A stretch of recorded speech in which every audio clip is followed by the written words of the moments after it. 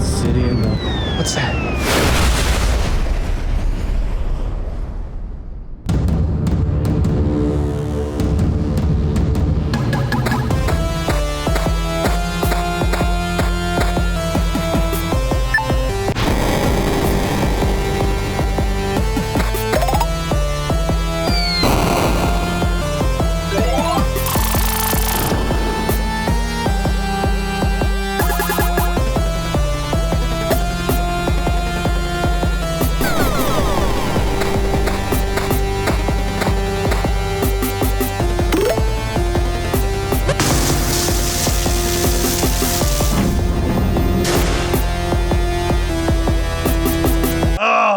That it is 2029 and I am living underneath the ruins of an Arby's. I need you to watch and explain every single Terminator movie or I'll drop a nuke on you. Fine.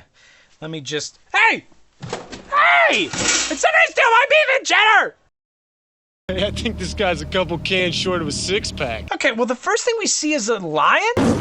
Which is crazy, because I thought this was about robots. And then I see Orion pictures, which rhymes with lion, so maybe it's a reference to some kind of space robot lion called an O-lion? It's pretty much my favorite animal. No, that doesn't make any sense. Okay, now that all the angry assholes who are looking for a straightforward timeline synopsis from insert large boring media company here are gone, let's talk about the Terminator. So the year is 2029 in the movie, and maybe in real life if YouTube lives that long and I actually pull this whole being a financially stable independent creator thing off, and Los Angeles is looking rough. Presumably thanks to President Mr. Beast. Mr. Speaker.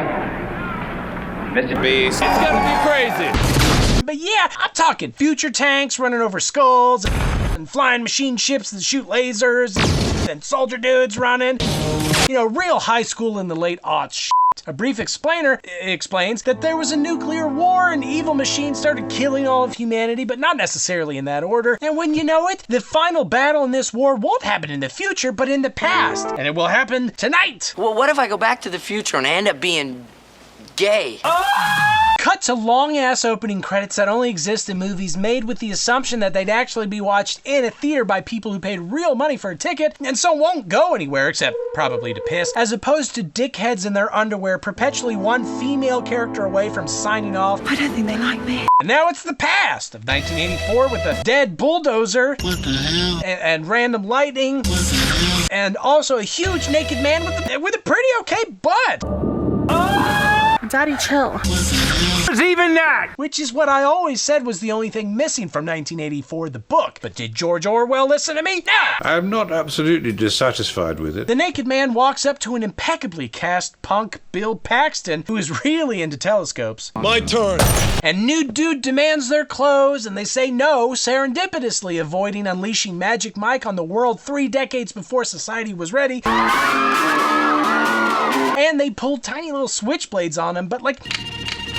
Let's think about this for a second. This is a man whose penis is thicker than your bicep. You might not want to look like a wuss, but at a minimum, take him to Goodwill to buy him some pants with massive inseams so that he doesn't obliterate you. This guy's the size of all 3 of you put together, crazy enough to go for a nude stroll at night, and very obviously not carrying anything of value unless it's stuffed between his butt cheeks, but with a butt like that, you're talking what, $30, $40 tops? Wow. Dave, what do you've pulled a lot of money out of butts? I don't know where I'm going with this.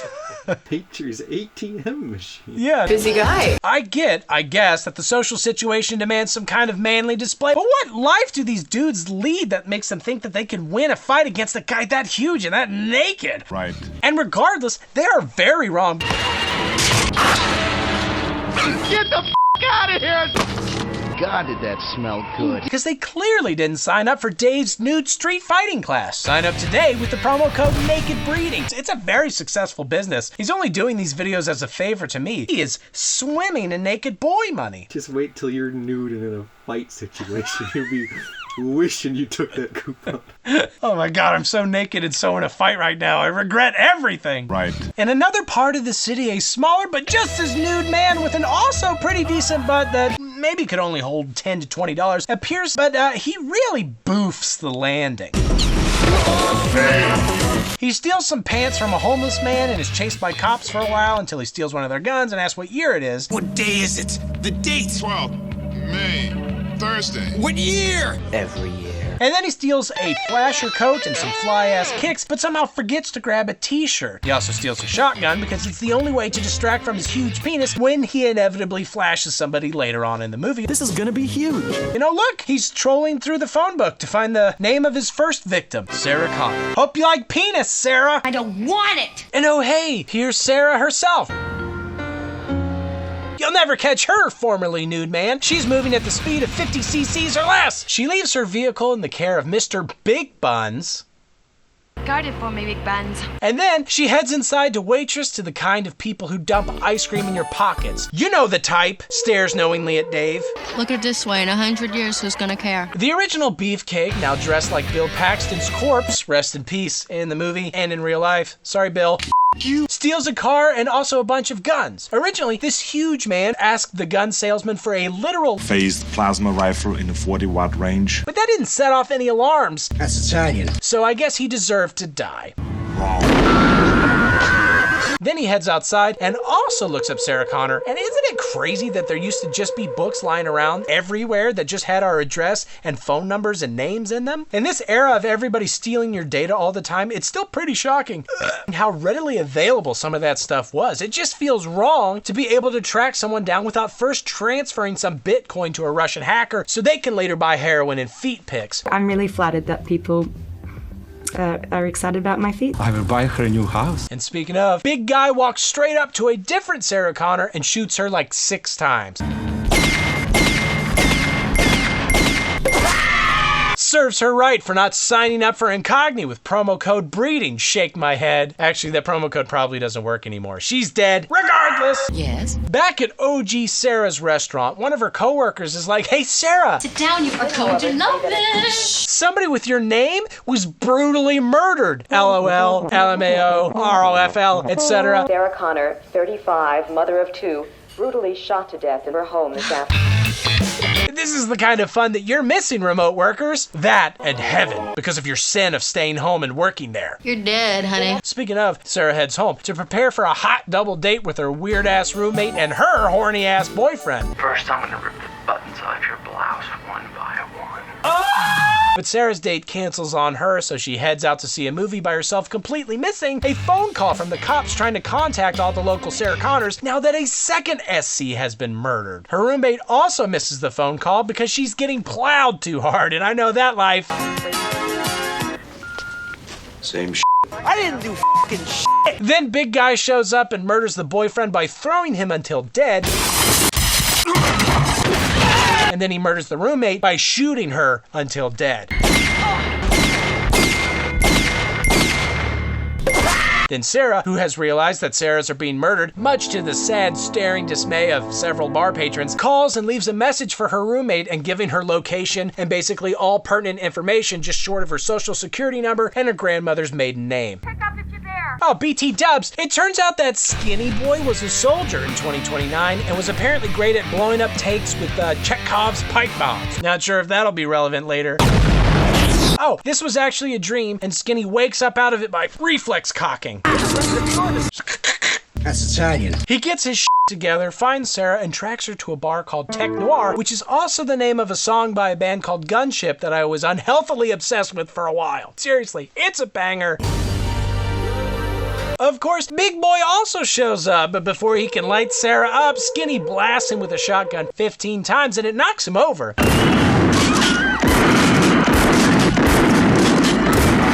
But Big Guy ain't going down that easy. So he gets up and he Uzis everything in the bar while sporting just the craziest eyes. Skinny returns fire with just the openest, wettest mouth and eventually makes his way to Sarah and says what I always say to Dave to convince him to leave Arby's. Come with me if you want to live. We developed a burger that you can eat. Come on! They try to stay one step ahead of Big Guy's RoboVision by blowing up one car and stealing another and running Big Guy over. And a cop is like, whoa, that's a hit and run. But then Big Guy gets up and steals his cop car and cop gun and presumably his cop life, which apparently matters. So now it's a car chase, and Skinny tries to explain to Sarah what's going on, but he comes on a little strong. Don't move unless I say. A little intense. Don't move unless I say. And he explains that Big Guy is a robot covered in living flesh called a Terminator. Hey, that's the name of the show. And he's an infiltration unit. Because nothing screams stealth like a 270-pound Austrian bodybuilder wandering around naked and destroying everybody he encounters. We can't keep covering up these civilian corpses. Maybe you weren't the agent we were looking for. You and this mission are finished. I found 5 of them in my basement just last week. No idea how they got there is the story I'm telling my wife. If she asks, just back me up on it. Thanks, I owe you one. Who are these guys, man? Oh, who are these guys? What's going on, man? You can just tell me. What's going on, guys? What? What's worse, the Terminator's entire goal in life is to kill Sarah Connor. I don't want it. And oh, by the way, both he and Skinny have traveled here from one possible future, and Sarah's like, cool, bite! But Skinny is like, please don't bite me, that hurts. And also, I'm not entirely sure I can kill this robot because they're borderline invincible. But my name is Reese, like the peanut butter cups. Hey, you got your chocolate in my pussy! Yeah, because I stick to the roof of your mouth. What? And check out this sick barcode I got on my arm from the time that I was in a robot exterminator camp. Hey, by the way, you're gonna one day crap out a baby named John Connor who will teach human apocalypse survivors how to kill robots and ultimately save humanity.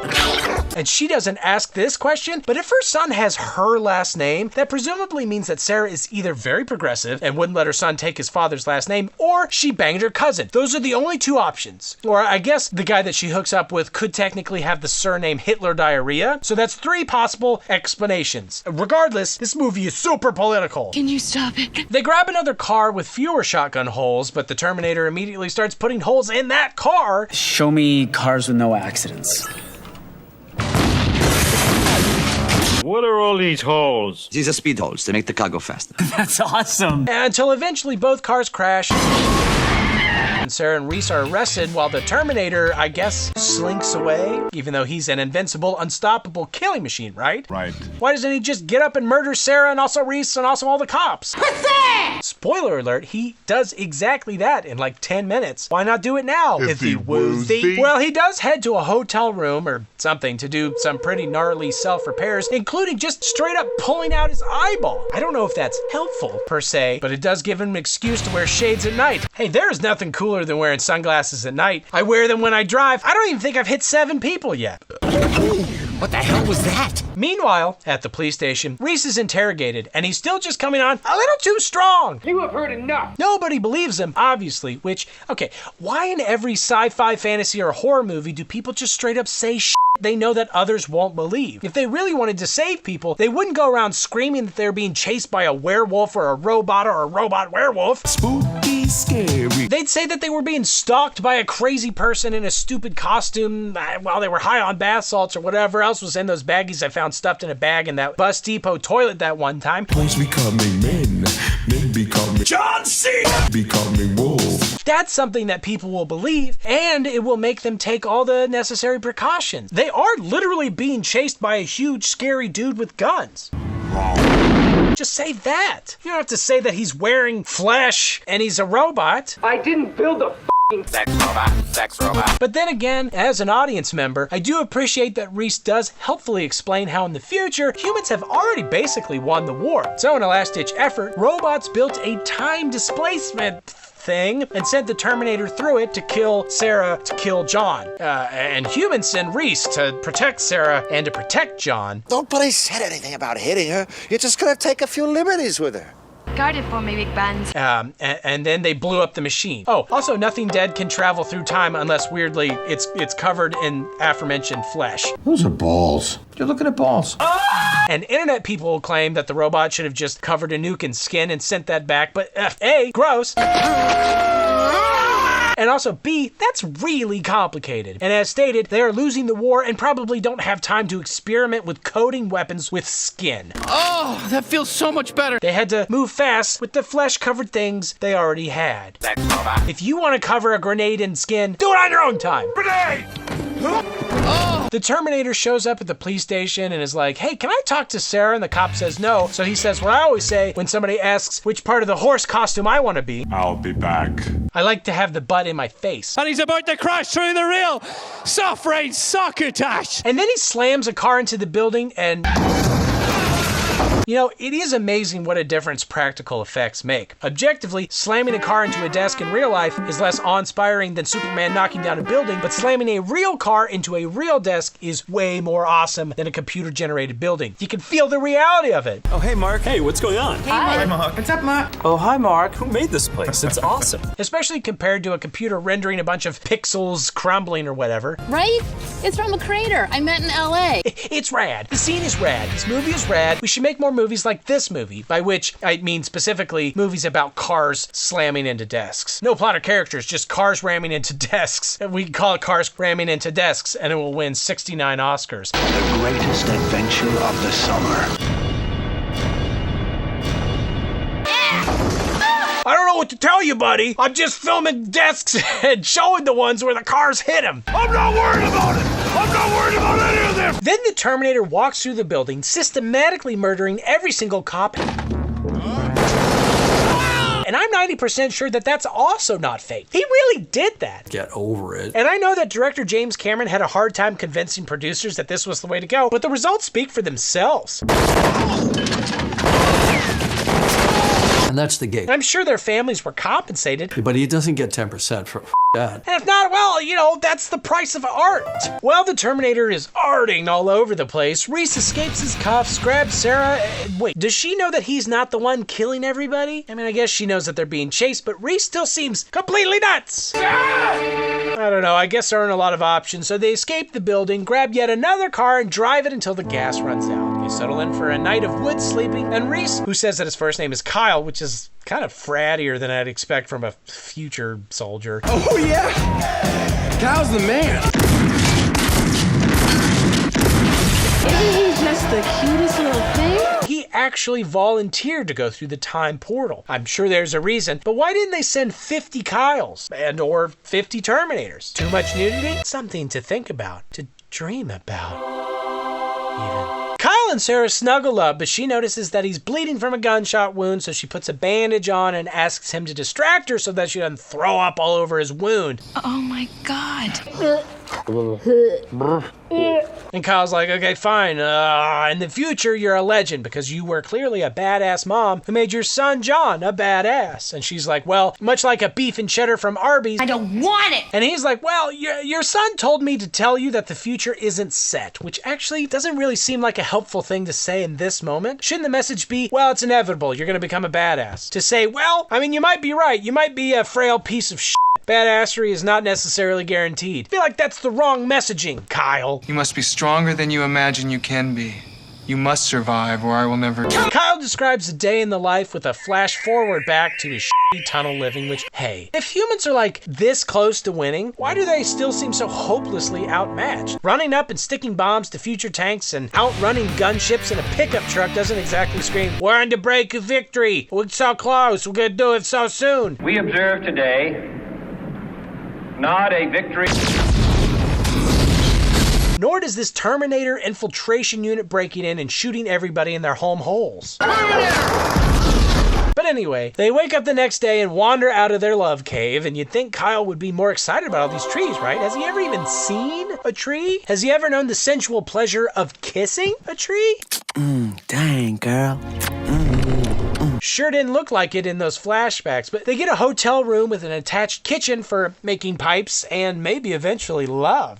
This is one of those dangerously sexy kitchens, let me tell you. That sounds good. And it's not like my kitchen at all. I had all sorts of repair people in my kitchen the other week, and not one of them ever tried to, you know, make a move on me or blow me with improvised explosives because my stupid kitchen is so unsexy. What's for dinner? Strong guys and stuff like that? The Terminator, for his part, grabs Sarah's address book to find out where her mom lives, and then uses his advanced RPG skills to throw the janitor off his scent. You need butterflies, polka dots, balloons. Then, when Sarah calls her mom, the Terminator has already murdered her and does a pitch-perfect impression of her voice to trick Sarah into giving him her location. And hey, if this murder rampage thing doesn't work out, I think Rick and Morty is looking for a new voice actor. The Terminator would be amazing at it. Ooh-wee! And thankfully, Arnold Schwarzenegger doesn't have any creepy sex scandals in his past.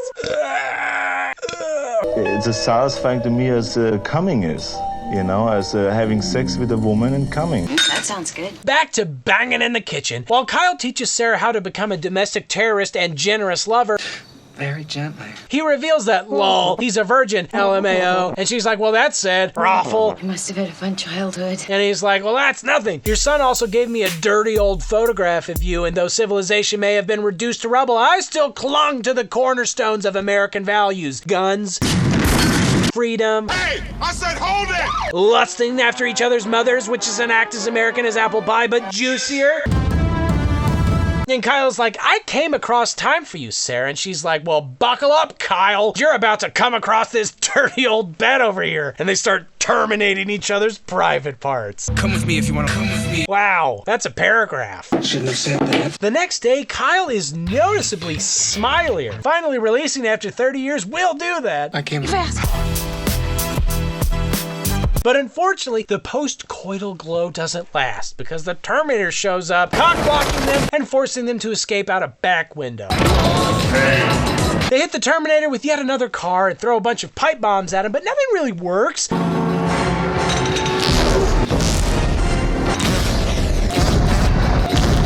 Then all three of them end up in a massive, epic crash that hilariously includes this sliding dummy because, God, practical effects are the shit.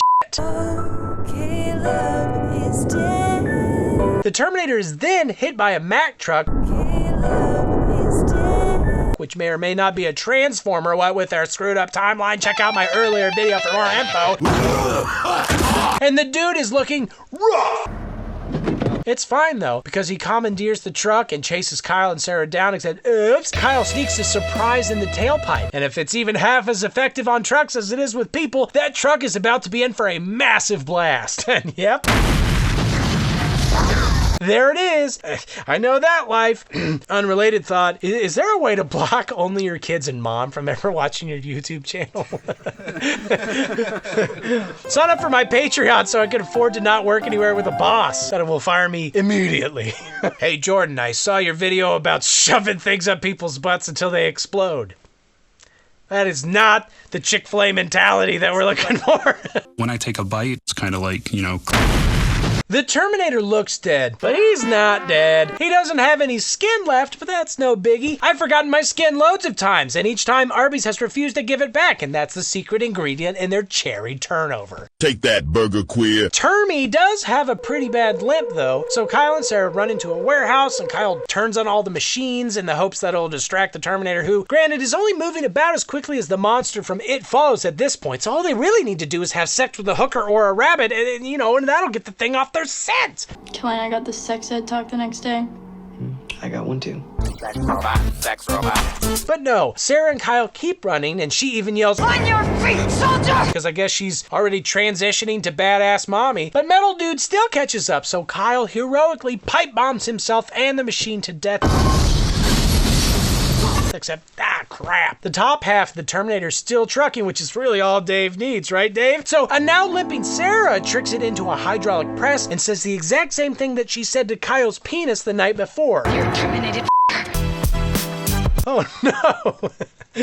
Oh no! Kyle, Sarah! This finally does the trick. And she's taken to the hospital to presumably not die, at least not until she gets the bill. The U.S. healthcare system is the most dystopian thing that I could think of. You're terminated. Cut from there to her pregnant and driving through Mexico or somewhere and recording audio tapes for her unborn son. She waffles on whether to reveal everything about John's father to him, but decides, yeah, he should know everything. What's most difficult for me is trying to get it straight. Shouldn't have said that. And then a wee Nino takes her photograph, and it's the same photo that Kyle ends up with later. Hey, does this mean that John Connor not only sent Kyle back in time to protect his mom, but also with a secret secondary objective, scoring with Connor's mom like he's in an 80s sex comedy? Oh, yeah. Kyle's the man. Is that why Connor handed Reese an unsolicited photo of Sarah well before the vital mission, as if it were a casual gift between friends, like, hey, here's a picture of my mom when she was young and like super horny, bro, I'm just saying. What's most difficult for me is trying to decide what to tell you and what not to. Also, before you go off on your mission and eventually my mom, it's of vital strategic importance that we play catch for a while. And maybe you could tousle my hair, call me sport. Just no big reason, just for morale. Daddy. You must have had a fun childhood. And I guess Sarah was in on it, making these tapes explicitly demanding John find a way to ensure that Kyle gets his sweet ass back in time for some tender mother loving. I'm a mother lover, you're a mother. Think of it as 30 years before play. Guess I have a while yet before you're old enough. And it worked! To recap, Reese falls in love with Sarah, mostly because he really likes her son and her photo made for good fap. Right. And Sarah falls in love with Reese because her unborn son set them up and she really likes her future son's taste in dudes. And then the movie ends on a dude saying, there's a storm coming. Hell yeah, it is. Just like Kyle was on John's mom. Right. Well, I guess in John, I mean, she got pregnant, so some got in. I'm in your mother, I'll never use a rubber. Right, Dave? Is that how it works? Talk to me some more. Hey, also, what the hell do people in this movie think happened exactly? Immediately following the credits, Los Angeles will be beset by nerdy true crime enthusiasts desperate to make sense of by far the most mysterious and suspicious murder spree of all time. All they know for sure is that 2 women named Sarah Connor were brutally murdered, and a third was at the center of the most brazen and deadly attack on a police station since the Santa Claus. Sarah Connor just kind of then wandered away, leaving behind an entirely unidentifiable dead guy, a bunch of pipe bombs, and the remains of a smashed robot sporting unbelievably advanced technology. How did he get here? Imagine how popular the serial season about this would be. This is the sort of thing that would inspire true crime podcasts decades earlier, if not for the whole nuclear Armageddon thing, which, okay, if nuclear Armageddons are what it takes to stop true crime podcasts, it's worth it. Can you please explain who you are and what exactly you know?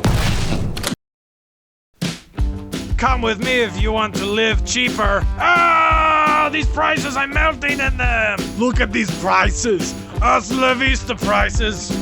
Why do you cry? Is it because you don't have my product? I know now why you cry. But it is something I can never do because I have already signed up for a 4-year plan with 20% discount. If you sign up for my product, your pubic hair will be terminated.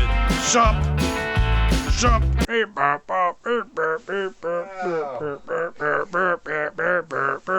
I can't wait till the VFX team gets a hold of this. Why attack Russia? Aren't they our friends now? Oh, apparently this movie's in 3D, which means we're gonna get some amazing yo-yo and or popcorn scenes. But before that, we get to see some giggling children on the playground. Just kidding! They're all dead, and it's the crapsack future, because on August 29th, 1997, 3 billion people died, which is almost as bad as what happened to me in real life on August 29th, 1997, when my cafeteria at school ran out of tater tots. This was the worst thing I've seen in 20 years. Oh! This date would be later known as Judgment Day by both survivors of the nuclear apocalypse and the survivors of the time that we ran out of the tater tots. It was our J-Day. But here in 2029, everybody's having a great time blowing up robots and shit. Hey, when do you think they invented laser guns? Was that a robot invention, or did humans come up with it? Because it almost seems like making robots would be worth it if it means we get honest-to-God laser guns.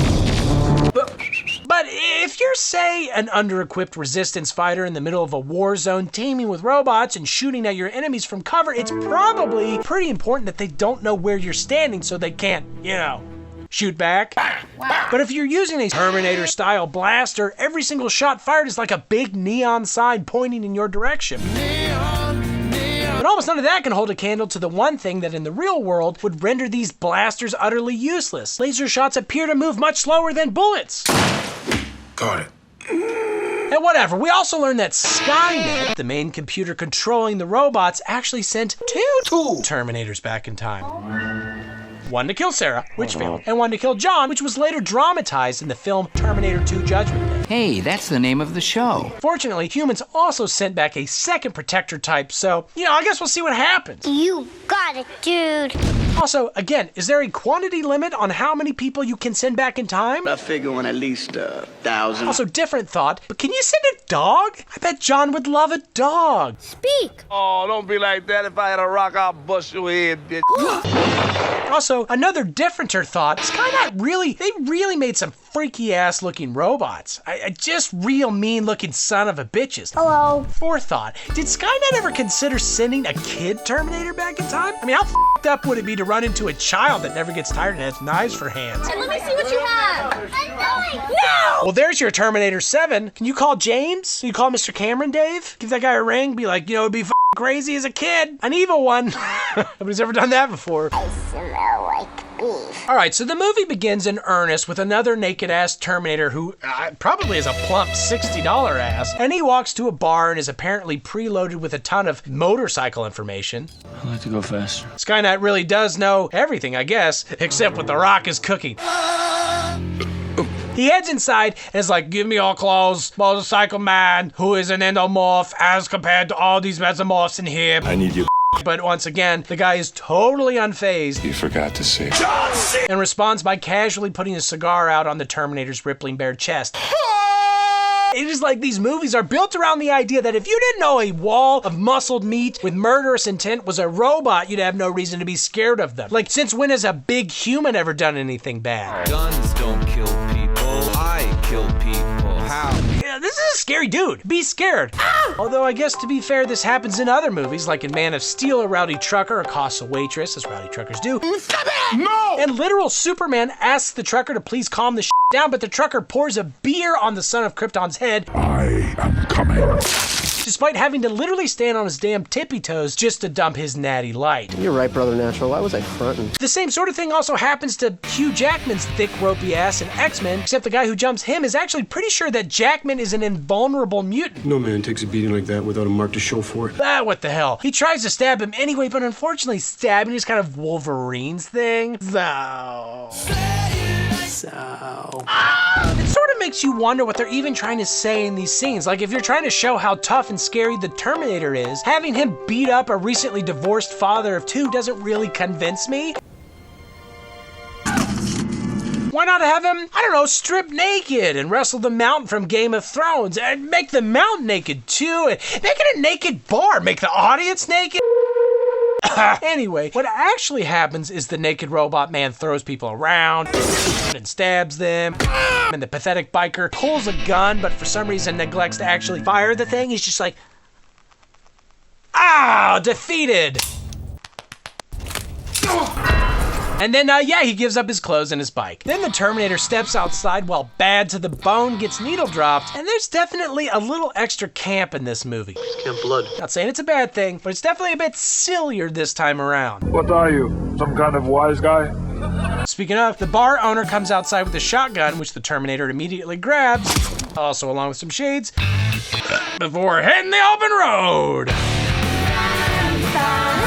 Elsewhere in the city, another nude man appears and attacks a cop, presumably stealing his clothes and finding the location of John Connor, on the little cop computer thing. Beep, boo, boo, bop, boo, boo, bop. As it turns out, John's living with his foster parents who kind of suck. What? And he spends his time whizzing around on motorcycles and hacking ATM machines, which he claims he learned from his apparently super cool mom. The only thing my mom ever taught me was to break into people's hearts through my earnest personality and general good nature. Thanks for nothing, Mom. I didn't do f***ing shit. I'm gonna break into your heart.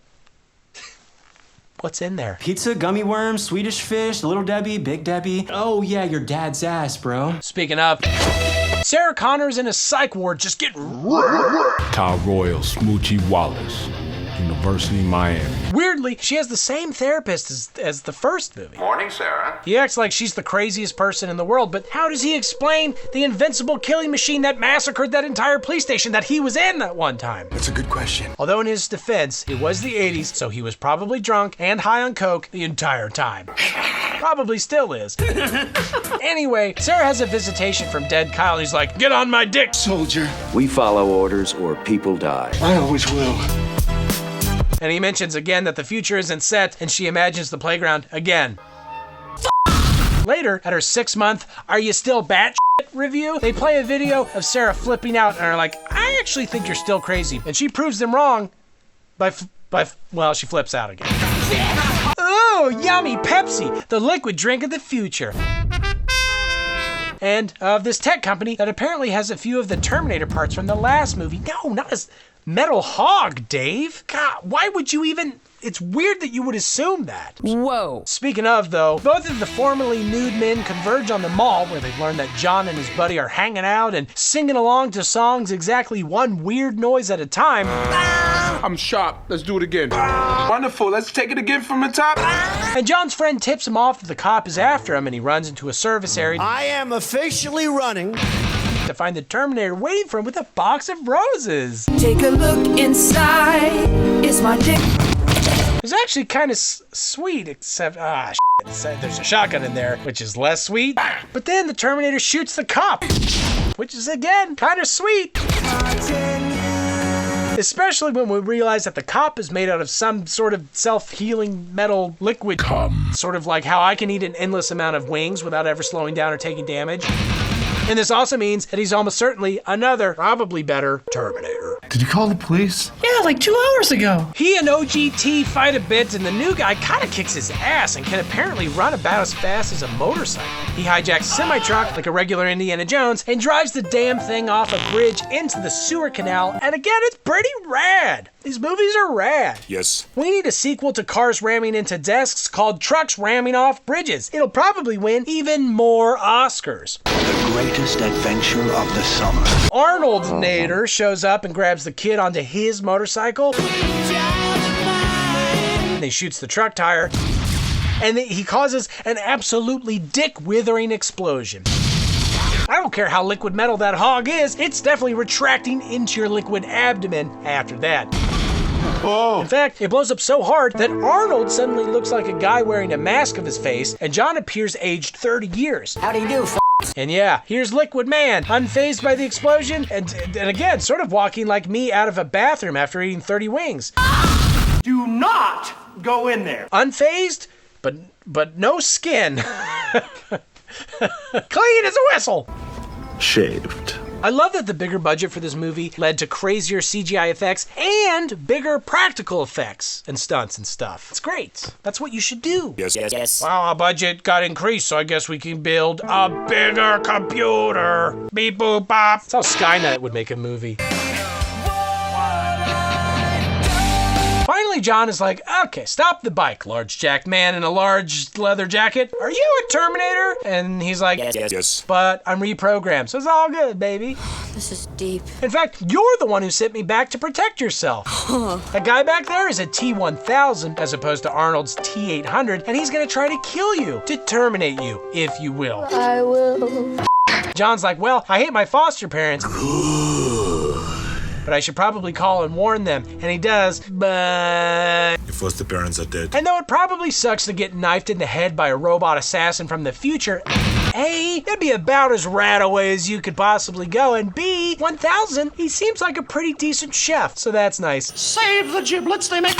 He also can look however you want, and probably be as tight as you want, you know what I'm saying, Dave? He could really firm his liquid up if you needed to. You dog! You animal! That's a good point.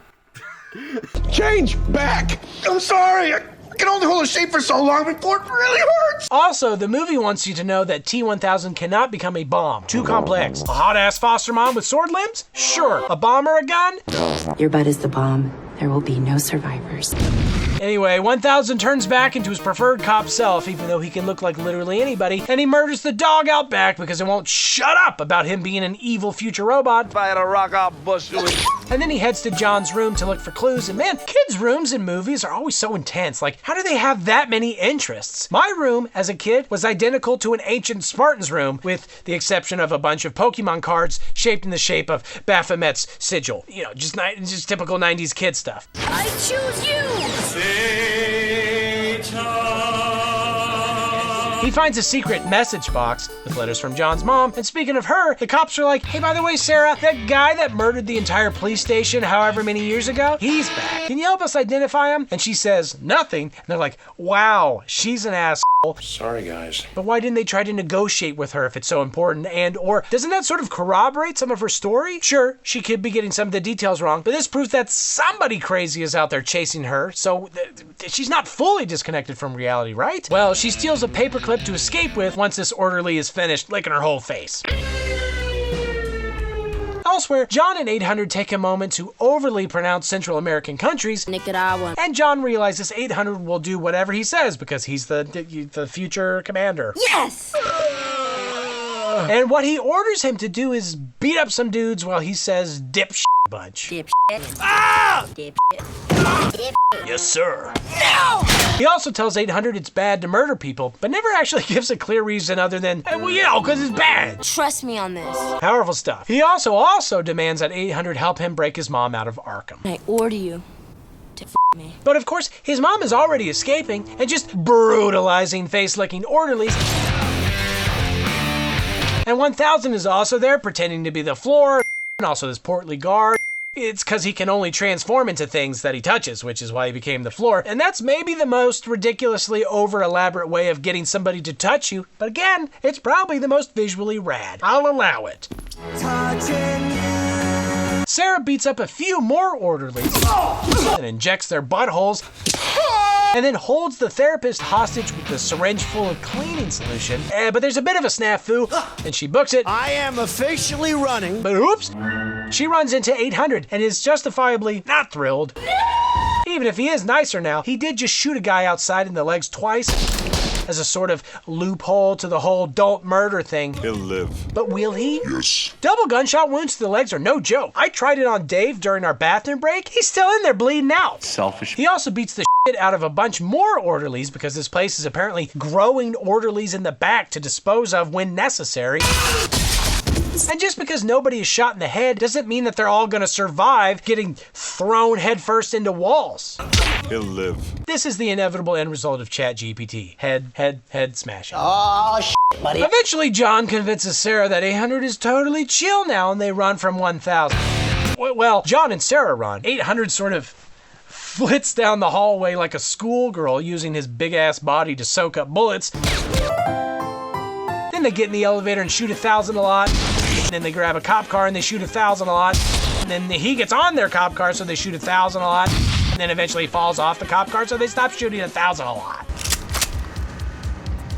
Sarah's kind of pissed that John came to save her, so he starts crying, and 800 is like, what's wrong with your eyes? I'm like, dude, aren't you an infiltration unit? Surely you learned something about how humans cry to release endorphins to calm themselves down and help them deal with YouTube f***ing up the release of their Transformers video. And yeah, like 5 minutes later, he says that he has detailed files on human anatomy. But nothing on crying? Was there no room after all the detailed motorcycle make and model information? Double pump? I think you should clear up some space, my guy. Delete some of that robot-on-robot porn that you definitely got stored in your big metal head.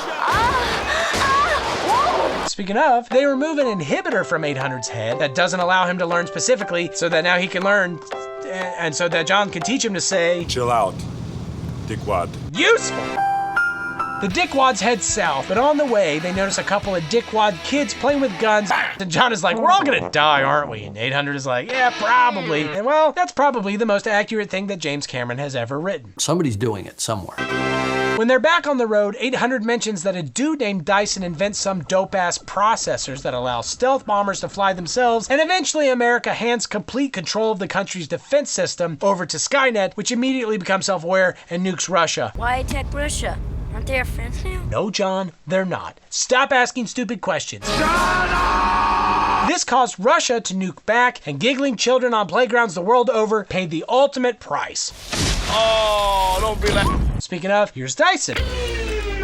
He's apparently rich as hell and works too much. You gonna work all day? But it's okay because he's like, look, baby, I think I can create a technology that'll put jet pilots out of a job. Yay! That's it. That's his only answer as to why his work is so important. Yeah. Tech bros are such dickwads. I'm sorry. Bet you anything that at least 5 of them right now are working on a robot specifically designed for stabbing single mothers. Just in case. You never know. Oh, mommy! Back to Sarah and the gang. They reconnect with an old buddy living in a shithole and speaking Spanish, which nobody is angry about, suggesting that Terminator and Transformers movies take place in different universes. I mean, how many times we don't speak Spanish? Little racist, Hernan. And while 800 and John go through an old stash of Sarah's collected guns and further discuss why a person might cry and also how John will get to meet his dad someday and convince him to have sex with his mom. Aye, aye, Captain! Sarah does a quick voiceover explaining how much she wants to f that robot. Watching John with the machine, it was suddenly so clear. And then she falls asleep and again dreams of giggling, burning children. And when she wakes up, she decides to go murder Dyson to stop his research. She also decides that a bra is only gonna slow her down, so leave that.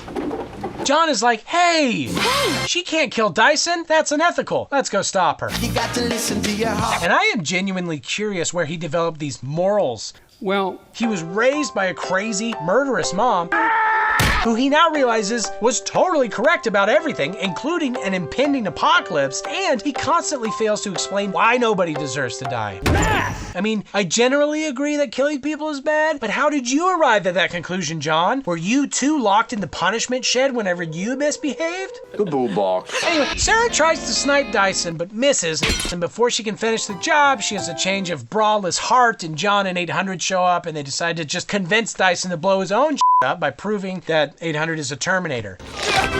Dyson is like, okay, yeah, let's go blow my up at the office. But a guard trips an alarm and literally every cop shows up because someone must have called the number that gets the real police. You know, the ones that only rich people have access to. Simply dial 6. And they open a couple of doors by computer hacking and grenade hacking. And then they just go to town smashing everything, especially Dyson. He really gets into the spirit of it all. Side note, I really appreciate that as obnoxious and sweary as John is, there's no forced moment where Sarah's like, language, please, like she would in literally every other movie ever created. This is a disgrace. She doesn't give a shit if he swears. She's trying to stop the world from ending. Why, I can even swear a cuss myself. Ahem. Chicken fat. He could probably get away with saying diaper biscuits in front of her and wouldn't be sent to the punishment shed. It's just a cheap laugh that I'm happy that this movie avoids cashing in. Easy there, cheat cuss Mando. Let's get to work. 800 buys a little extra time by chain gunning and grenading a bunch of cop cars and miraculously causing 0 casualties, but it's not enough, and cops break in and shoot the shit out of Dyson because, well, they probably assume he's a criminal. I mean, in this instance, he kind of is, but also he could probably be ordering a beef and cheddar and things would go similarly. America. When the cops walk up to him, he's about to die, but he's holding a detonator and says exactly what I said on my wedding night. I don't know how much longer I can hold this. And then, yeah, like me, he wedding nights all over the place. The other 3 end up downstairs, and some cops shoot 800 a million times, but he shoots all their legs. And I hope they've got decent medical insurance because I don't. A shot leg would clean me out. I have a Patreon. Then he grabs a SWAT truck and they get the hell out of there. Again, like me on my wedding night. I just need to get some ice from the Sheen. I didn't abandon my wife. Yet. Also, for good measure, 1000 shows up and drives a motorcycle out of a window so he can hijack a helicopter, and let me tell ya, movies used to be made different. The movies. Of course, some things never change, like for example, flying a helicopter like 6 inches off the ground when there's absolutely no need. And also, why not just slam his helicopter into the truck? He won't die, but John probably would. Oh, touche. Although counterpoint, 1000 grabs a semi-truck and the others grab a different, smaller truck and they're all slamming their trucks around and shooting grenades until they crash into each other, and 800 makes Indiana look like a shitty, clumsy toddler. That's how you hijack a damn truck. Woo! Yeah! 1000 survives the crash, naturally. Hello. But the truck was carrying liquid nitrogen, which really messes him up. Then he makes like my dreams and shatters. But like, what if he thaws? Touche. I guess they need to run all the way to the North Pole if they want to live. Also, I hear Santa's a badass now. He is still a little glitchy after recombining. And he and 800 have a cool little boss fight, but he roundly defeats 800, who gets his arm stuck in a machine. And then 1000 stabs Sarah in the shoulder and tells her to call for John, but she's like, no, but can't he do that? John, shoot! Touche. James, you are one step ahead at every second. But also, why did he tell her to do it if he's just going to do it himself? That's wasted time, hyper-efficient robot. You shouldn't have put off your Windows update. Hello, darkness, my old... 800 gets back in there and also gets smashed 400 times and seems to die. But no. He has an alternate power source that I'm just going to assume is love itself. Ha! Gay! Sarah, for her part, shoots 1,000 a million times before 800 finishes him off with a grenade that knocks him into the lava, which completely smeagles his ass. No, not. Then 800 does what I do at every party and kills himself by hopping in a vat of lava so that nobody else can get his chip. There's one more chip. Thanks for hosting. And he says he knows why we cry now, and it's like, I doubt it, dude. It's a biological thing. And the only thing biological about you is the skin that you clearly stole from a hobo before you backed your ass to the future. You know, this is the kind of thing that could screw me up permanently. And John is all sad about it, but as 800's ass gets going, he throws up a thumbs up, so that should help. I know that's what I do at every funeral I attend. Sorry about your mom. Cut to 30 years from now and there was no Judgment Day because nobody ever looked into AI research ever again, I guess. And Sarah is old and, John is a senator. So actually this is still a pretty dark, shitty ending. But hey, at least the children, they still giggle. Oh. Nothing much happened. Michael Jackson turned 40. So maybe those kids shouldn't be giggling that much? That's like the mid-credits stinger. He like bursts out of the ground. Hey kids, you still giggling? I'm a lady now. Oh, nice. You might want to slow. She's a healthy female of breeding age. Wait, so is Sarah Connor an angel lady now? Oh, that's just one of the like 10 production logos. My bad. She changed her appearance so completely last time. I just wasn't sure, okay? Here's a grown-up John Connor voiceover explaining that though Judgment Day never happened, he does dream about it a lot with honestly pretty mediocre CG. Also, he dreams that one day he'll America a bunch of robots to death. Guns, fireworks, no healthcare, Patreon. John works as a construction worker, I guess, and lives off the grid, just dropping Budweisers off bridges like a real dickwad. Hey, why do the battled Terminator robots have human teeth? Feels like a lot of work for no real payoff, unless, of course, they double as nutcrackers and triple as nutcrackers.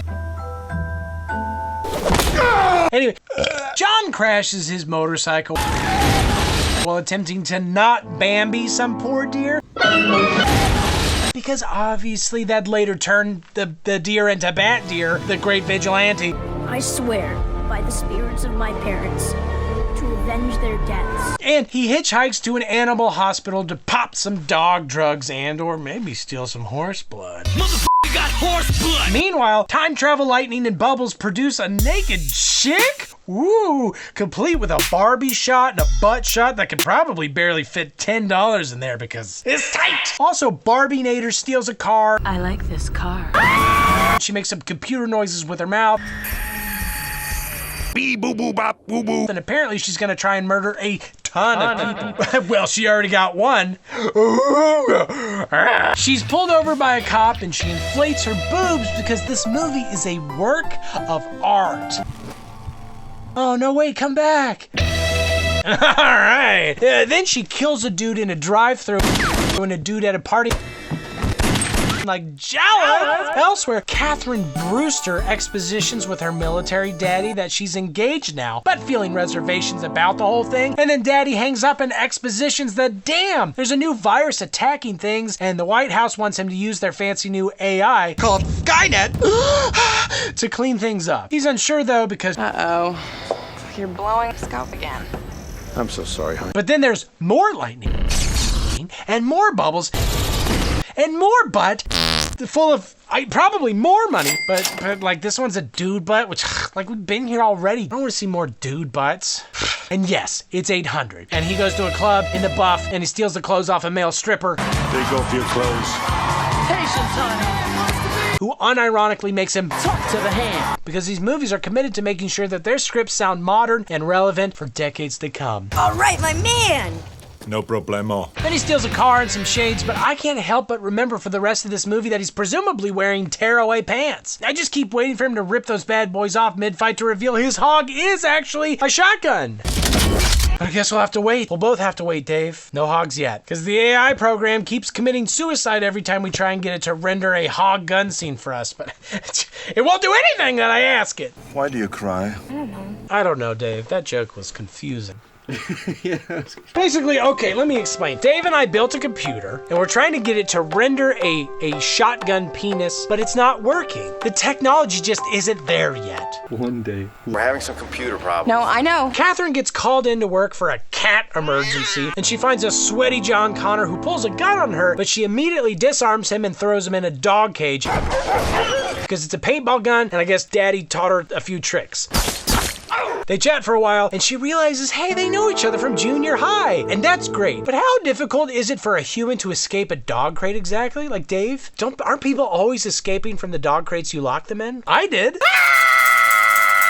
He doesn't even try, but I'm fairly certain that this isn't intended to hold genius supervillain dogs. Just, creatures without opposable thumbs. Just get out of there, John. I did it. You can do it. Dave can't, because Dave lost his thumbs. I don't know. Uh-oh, no time, because cat lady is dead, and just when you thought she couldn't get any hotter, Barbie-nator twice eats blood and then kicks Catherine's ass.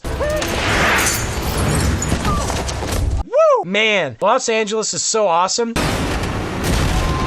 This kind of stuff never happens here. Well, except that one time, I guess. That wasn't very fun. And I have no doubt about it, and you don't have any doubt about it either. Barbie-nator is obliterated by a truck. And Stripper-nator throws Catherine and John into a vet truck sporting the name of a band that I loved in high school and lets John drive away with Catherine locked in the back. Barbie-nator also has some liquid metal action and an Inspector Gadget arm that she uses to blow 800. Go Gadget oil slick. Now, one of the things that sucks about CG being able to render basically anything filmmakers can imagine is how a lack of rules actually makes things boring and lame. In the last movie, the liquid guy couldn't become a gun or a bomb, but now there are clearly no limits to what this Terminator can do, so now I'm left wondering why she doesn't become like a fighter jet or like a nuclear bomb. It's just not that interesting to have a character who can do or become anything. Like, she inflates to a D cup, but theoretically she could become like an F? Or an E? A G? G-Unit! Speaking of, she can remotely control vehicles through the magic of her special finger, which is also how I controlled Dave. Oh yeah, Daddy! She also manually steals a big-ass crane truck while 800 steals a classic motorcycle. Get off. And all these vehicles get involved in a massive chase scene with cars slamming into each other, triple explosions, and Barbie-nator just destroying everything with a crane like a real butthole. Speaking of, this is what I say whenever my butthole falls off and starts rolling away like a hubcap in a chase scene. Get back here, asshole!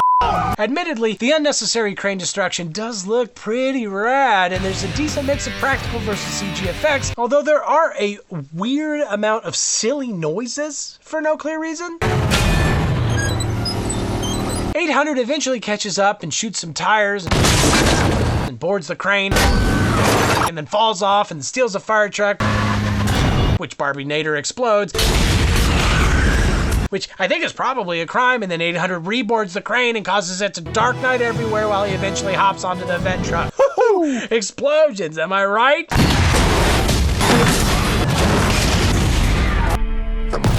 Once in the vet truck, 800 tries to get John to give him a blowy, but has to give up. He then helpfully explains that he has a different 800 than the one that John literally watched melt into nothingness. Hasta la vista, baby. And he says that he's a T-101, which, fun fact, 800 refers to the endoskeleton that he's using, while 101 refers to the skin that he's wearing. That's why they use the terms interchangeably, and why I call myself both Dr. Jordan Breeding and hard-ass metal bones number 7. It's just a slightly more confusing way to build a world. He further explains that Barbie-nator is murdering John's future lieutenants, but now that she's found him, she's gonna try to, really prioritize murdering his ass. Also, We stopped Judgment Day. You only postponed it. Damn. and also, he needs to throw out one of his power cells because it's malfunctioning. Oops, he does not recycle it safely. I am not shitting you. So much crime in this movie, sending a really bad message to the kids, like my kids. I have 3 kids. Support me on Patreon, and don't let them watch this video. He's the first member of the DK crew. After some time, John hops in the back with Catherine because they're just ass to ankles up there. Whoa, bumpy road ahead. And John realizes that he and Catherine made out once in 8th grade, and he can't believe that she remembers that. And what an idiot for remembering that. But do people not remember things like that? I cannot believe you remember that. Dave, you remember kissing an 8th grader, right? That one from a few weeks ago.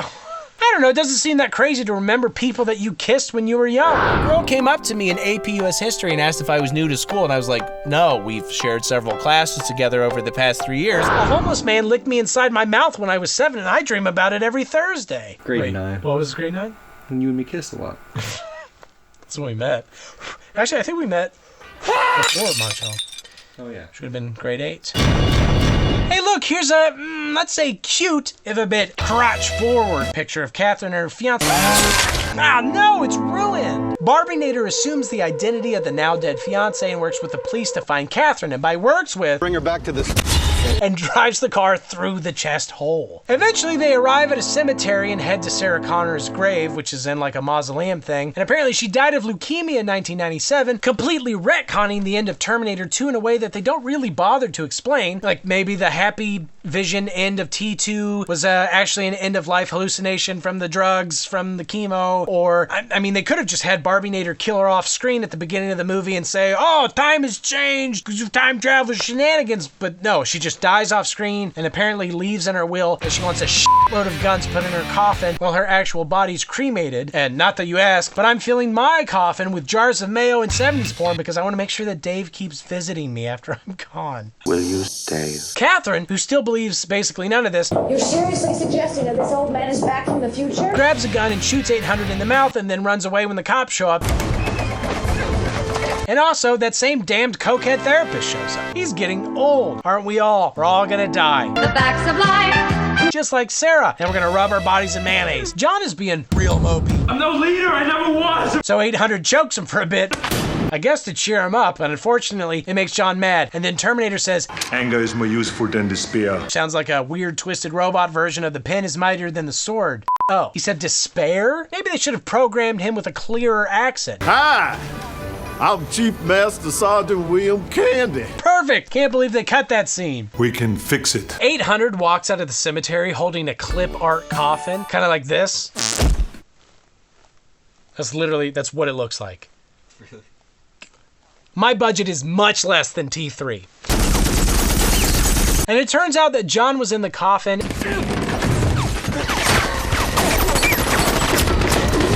And 800 is like, we gotta grab Catherine before we leave because you and her will one day do the sex. And John is like, sweet, I love the sex. And speaking of the sex, Barbie-nator shows up and is immediately rocket launched by 800.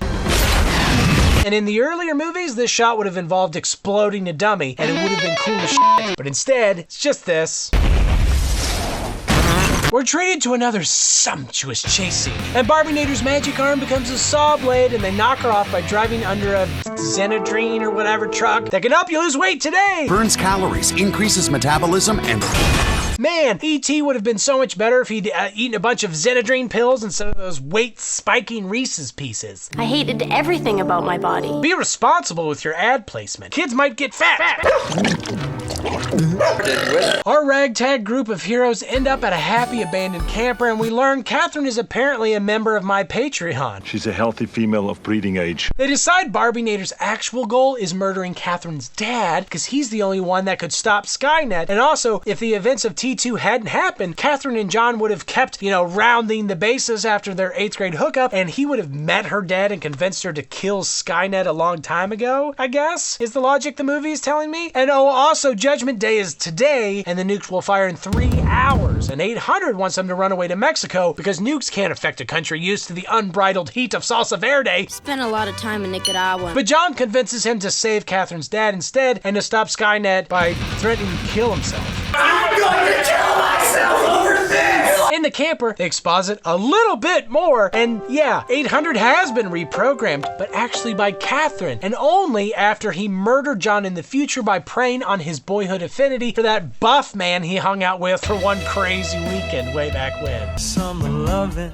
had me a blast. But anyway, at Daddy's base or whatever, they're actively losing access to all their shit, and the chairman, whoever or whatever the hell that is, calls and is like, you gotta use Skynet. We're totally defenseless because presumably this is a live look at Skynet. I thought you might be worried about the security of your shit. And then the daddy literally just activates Skynet himself. I'm not worried about it! I guess he didn't need to be murdered by Barbie-Nator, but don't worry, she does it anyway. Watch out! She also activates what I believe are a few OG Terminators who start shooting shit. And overall, things are not going great. The gang hauls Daddy's technically still breathing ass to his office and grabs some files from his not that secure safe. This is probably the least accessible vault ever designed. And he tells them that they gotta get to Crystal Peak to maybe blow up Skynet's core. And then he becomes a dead daddy. Daddy? And 800 and Barbie-Nator fight in the men's room, which is exactly the future that liberals want. This is what happens when you don't respect the gender signs, specifically the editing and the CG get really awful in fight scenes in bathrooms. Wasn't too sure about the callback, but it's just Although admittedly, the moves get real sexy and neck-breaky and reprogram-y, like break my neck and reprogram me, mommy. Elsewhere, Catherine and John encounter a dumb baby drone, and Catherine murders it, but it's a baby. Stop there. That's awful! And I bet she hasn't even seen Sound of Freedom. And that it fetishizes the torture of its child victims. Then John says what Dave always says to me. You remind me of my mother. I wish she'd stop saying that. Speaking of. She's coming. Like a Barbie-Nator leg wrap, there is just too much to untangle here. They power up a thing, and the Barbie-Nator runs like the anti-Tom Cruise. I mean, like, I'm a robot, and she's killed by Magnus. Yeah, bitch! Magnets! But not for long, because she cuts the magnet pipe. Fucking magnets, how do they work? I don't know. I have no idea, Insane Clown Posse. I'm as confused as you are. Oh! 800 comes back to life and starts beating John and Catherine up before they can fly away to the Skynet core place, because even though he's mentally there, he's being controlled by Bad Robot Productions and their magic fingers. I mean, they could just run away since he's moving slow as hell, but I guess it's more deep and more thematic if he struggles with free will for a bit. Like, let's do another RoboCop, why not? In every way, an improvement over the original. Eventually, he does whatever I do whenever I encounter a car that doesn't meet my specifications. I'm a real gearhead. A motor mouth. An engine ingenue. Yeah, but he tuckers himself out and shuts down for a bit, and they fly away while he reboots. And weirdly, the facility they arrive at is entirely unguarded and uninhabited until a helicopter slams in. And then also another bigger helicopter slams in. I'm back. And Barbie-Nator is pretty effed up by all this slamming, so she tears her legs off to crawl away from the wreckage, even though I thought she was like liquid metal. I loved you. But hey, I don't want to tell a woman that she must get wet at my command. I have learned from Dave's mistakes. Sorry. And 800 holds a blast door open for the heroes to escape through, and he says, We'll meet again. But is he referring to how he's gonna murder John in the future? Them meeting? It's a bad meeting. What would make you think it's okay for you to just grab poop out of your butt during a meeting? A business meeting! I'm sorry. I apologize. Then he explodes himself and Barbinator. You are terminated. With his other nuclear battery, which I'm gonna go ahead and say is a belated reference to how Barbie and Oppenheimer came out on the same day. Is that still funny? Are those movies killing it at the box office? I hope so. It's happening, isn't it? You're goddamn right it is. John and Catherine run deeper into the base to learn, shit. This is a nuclear fallout shelter. Skynet is software, not hardware. There's nothing to blow. Like there aren't any cartridges for them to blow. I'm so sorry, honey. And 800 and I guess maybe Dead Daddy basically tricked them into coming here so that they could survive all the nukes. And people start calling in and being like, hey, Is anybody there? we're getting nuked. Any advice? And John reluctantly answers and assumes leadership by default. This is John Connor. I'm not sure his answers will be all that helpful, but it can't hurt to try. Put on sunblock and, duck. Look at all those. 3 or 4 human lives ended on February 2nd, 2023. They ate too much beef and cheddar, and the resultant toilet accident blew up the Arby's they were in, and so they thought they were being nuked by machines. But those that lived faced a new nightmare, having to watch and explain every single Terminator movie, even the shitty newer ones. Just want somebody. Whoa, a cool glitch effect on the movie studio logo? That must mean shit's about to go down. This is only amplified by an actress named Moon Bloodgood? Shit. Consider it flush because it's going down. And I thought my jokes were bad. And indeed, we immediately find ourselves in 2003, the most shit going downest of years. I mean, that's the year that Toyota overtook Chrysler to get the #3 slot in U.S. car sales. So. Out of the ashes, they will rise. But also, apparently, it's when a dude on death row named Marcus. Decimus Meridius. agreed to give up his body to the tech company that eventually creates Skynet, called Cyberdyne, for research after his impending execution, but not before he kisses a cancer-stricken lady and basically shits down in her open mouth. So that's what death tastes like. What that smell like? Hey, come on, dude. You don't need to be an ass about it. It's just cancer, you dick. She didn't know what to say. Then yeah, he learns exactly what death tastes like. Chicken fillet. Some place in the mall. Cut to a pretty sophisticated military operation where human badasses, including Batman, cosplaying as John Connor, I'm a bat. assault a Skynet facility. They're ostensibly there to blow up computers, confirming that this is, in fact, the Butlerian jihad finally depicted on screen.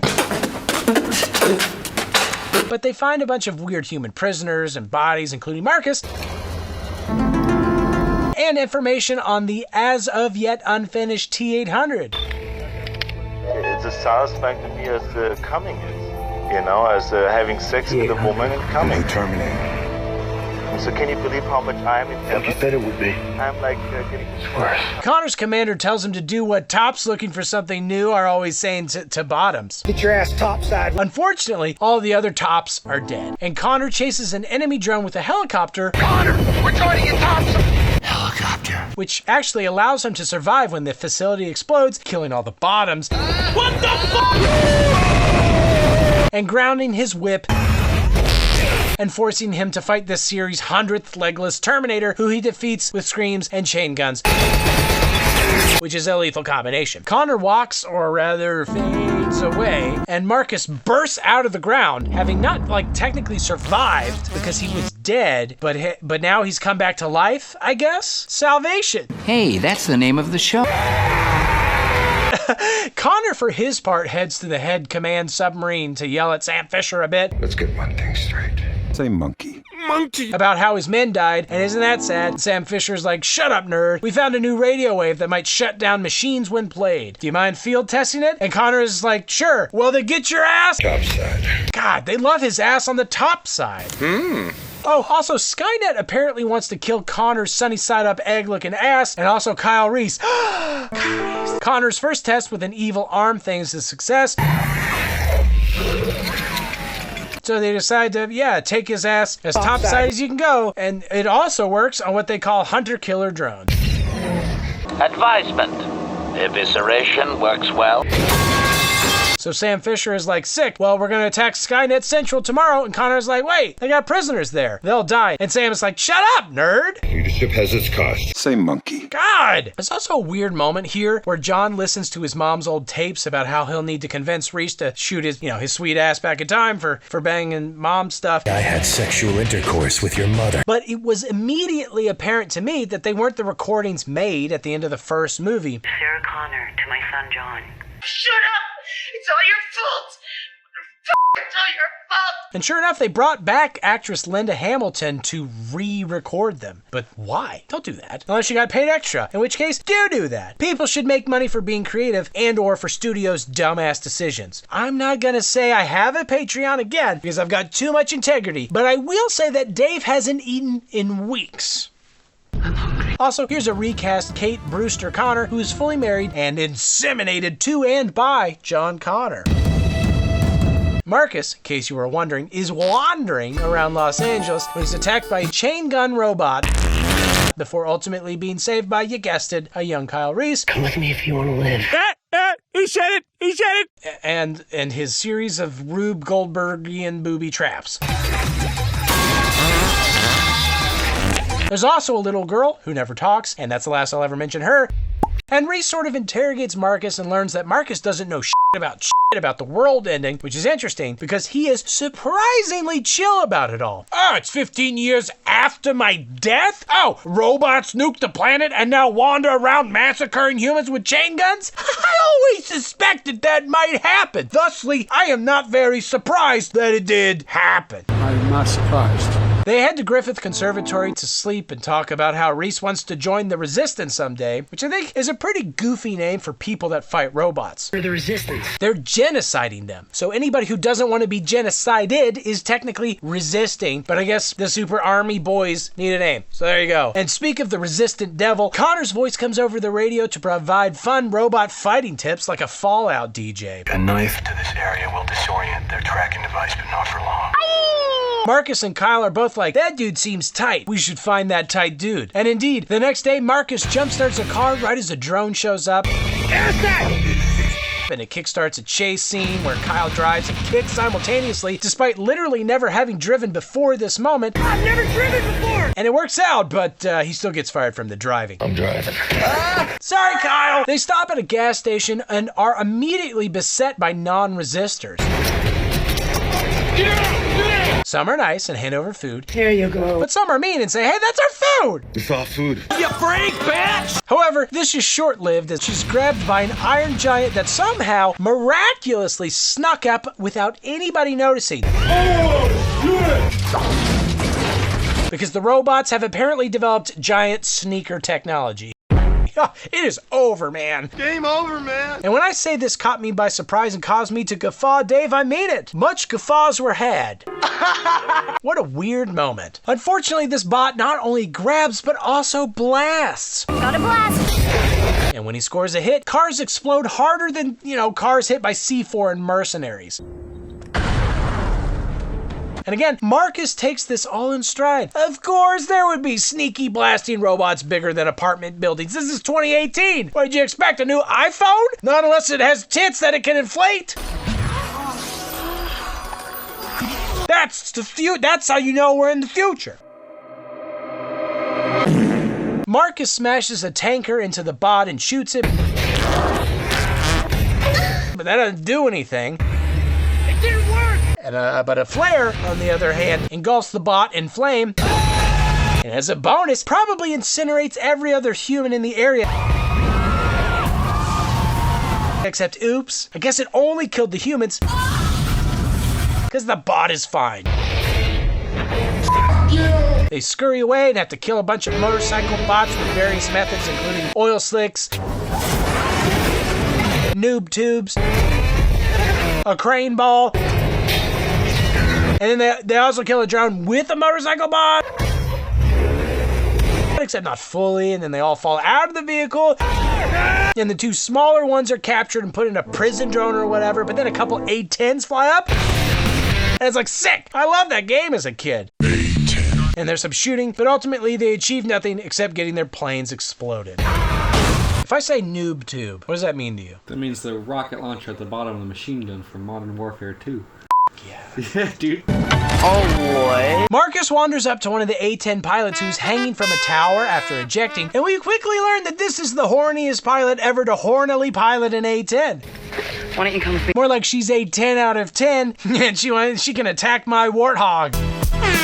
But no, really, she immediately invites this strange wandering man to her base, and then goes tits out in the rain like 5 minutes later.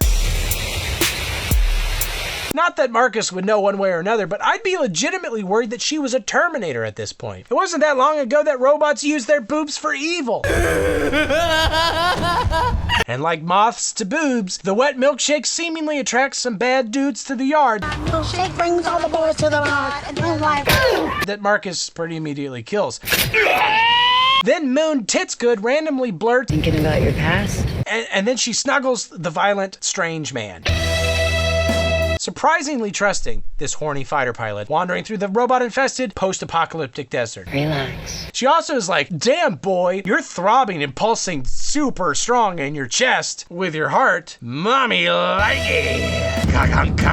But like heartbeats. God, I love that sound. The next day, they walk across a magnetic minefield and Marcus pretty immediately explodes. Oh, shit! And Dr. O'Connor is like, shit, he's a robot. Or at least a hybrid. And finally, this makes Marcus freak out. I mean, it's weird, don't get me wrong, but not significantly weirder than anything he's seen in the past 24 hours. Or like, just the fact that he's alive. He died! This explains that as well as anything else. And John Connor sort of gets in Marcus' face and is like, you suck, dude. You're trying to kill me and my wife and Kyle Reese. And Marcus is like, oh, chill, I know Kyle Reese. Kyle Reese. And I was actually hoping to save him, and Connor is like, damn, that's definitely the same Kyle Reese that I need to find a way to save before the resistance blows the place up. But like, you offered up the name Kyle Reese, John. This evil robot could very easily be lying to you based on information that you just gave him. You idiot. Speaking of, here's Reese at the human camp thing, and it's just filled with unnecessary pyrotechnics. What do these fireballs do? Just make humans feel like they're trapped in a crapsack future a la Blade Runner? I don't know. But the robots grab Reese for some reason and they're like, just kill him. Just kill him. Kill him right now. Kill him. Kill him. Smash him between the $120 worth of buttocks and you literally forever win the war. Just do it. Stop waiting. Do it. Just do it. Do it! But no. Horny pilot rescues Marcus' fleshy titanium hybrid ass after realizing that ass will never flab. Because it's like a robot, but big bottom. And she wants some of that later to... And they're running around outside and the humans are wasting a ton of ammo trying to stop them. I mean, it's just one weird robot that they know the identity of. Who really cares if he escapes at this point? But whatever. They recapture Poon Good Juice. And Marcus escapes by E.T.ing away on a motorcycle. But not fully, because Connor clips him with a helicopter gun. And then big ass titties the tree line. Big ass titties! But again, he makes the classic movie helicopter mistake of flying 6 inches off the ground, which again defeats the entire purpose of flying in the first place and allows more snake bots to blow the damn thing up. Marcus helps John Connor not die. So Connor is like, fine, you can sneak into the base and save Kyle Reese. Kyle Reese! Here's a radio. Nice hands, Larry. Back at HQ, Connor convinces the entire resistance to delay the attack on Skynet until he personally gives the okay. Command is going to ask you to come. I am asking you not to. And then he also heads off to Skynet by himself after capturing a motorcycle bot. Marcus gets inside and syncs with the Skynet computer in a way that's definitely robosexual. We just don't know how exactly. Dave, stop asking. If I knew, I would tell you. It's always so stupid in movies how human-accessible computer-based strongholds are. Like, why do you need a keyboard? Make your system completely locked off to physical interaction. Make the terminals accessible only by scanning a freshly microwaved human dick. That's easy for a robot to get, but would keep out like 90% of human intruders. I mean, Dave and his microwave dick could get in, but what's he gonna do? Checkmate, robots! You think it's gonna know the difference between a microwave dick and a toaster oven dick? No. That's why AI will never replace us. Only a human can tell the difference. It's taste. I think there's a scene I missed because all of a sudden Marcus is fully fixed and Skynet is like, lol, the radio frequency thing is fake. And also you did exactly what we wanted by bringing John Connor here. We own you, LMAO. And Skynet blows up the command sub. What the fuck? And Naked 800 attacks Connor. And Marcus is like, no, I own me. And rips out the control chip in his head. But like, it's not a very good control chip if it can't stop him from ripping shit out of his head. Like, surely there's a Java command whereby if you try and rip out your head chips, it'll be like, whoa, whoa, slow down. Oh, I don't think so. But no. Little bit of an oversight. Maybe they shouldn't have told him that he had a command chip in his damn head. Whatever. They're cocky robots. And speaking of, now the robots decide to kill Reese, even though they could have like 6 hours ago, and John would still have had no idea and still would have come to the base and or immediately ceased to exist because his dad balls would have been flattened. But of course, Reese manages to escape. Connor burns off 800's penis with a noob tube so that we can keep this from becoming an NC-17 film. Severed penis. And then various combinations of Connor, Marcus, and 800 fight and punch and go, yeah! Until Marcus is punched in his exposed heart. Which seems like a pretty massive design flaw. But Connor electrocutes him back to life. But then he is stabbed in the process. But they still manage to escape and explode the facility because the robots had left a ton of nuclear power cells just like sitting out on a table. These robots are dumb as shit. They lured Connor into their base but didn't think to human-proof any of it. And again, just why don't they stomp his daddy into paste? The whole point of these movies has been that you can kill other people in the genealogical line and you'll get the dude, you know, that they make, at least in theory, I guess, because that literally never happens. But it's the thought that counts. Whatever. Back at the base, Connor's heart is giving out from the stabbing. His heart.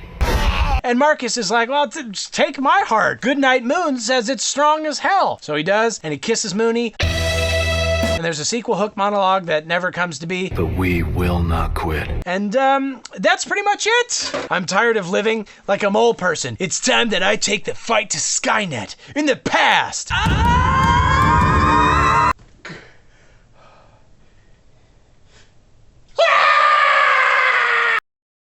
Please say the password out loud. Hint, it's the entire plot of Terminator Genisys. Oh, damn, that is unlucky. I don't feel pity. The fifth movie opens with dumbass grassy knolls and giggling children and other beta-ass shit, but it quickly transitions to alpha nukes just ripping the planet a big old butthole. I can be J. Robert Oppenheimer. A voiceover claims that Judgment Day was, in fact, August 29th, 1997. Which sort of maybe negates the last three movies, but then again, time travel. Ooh, wee, anything's possible. I can fly!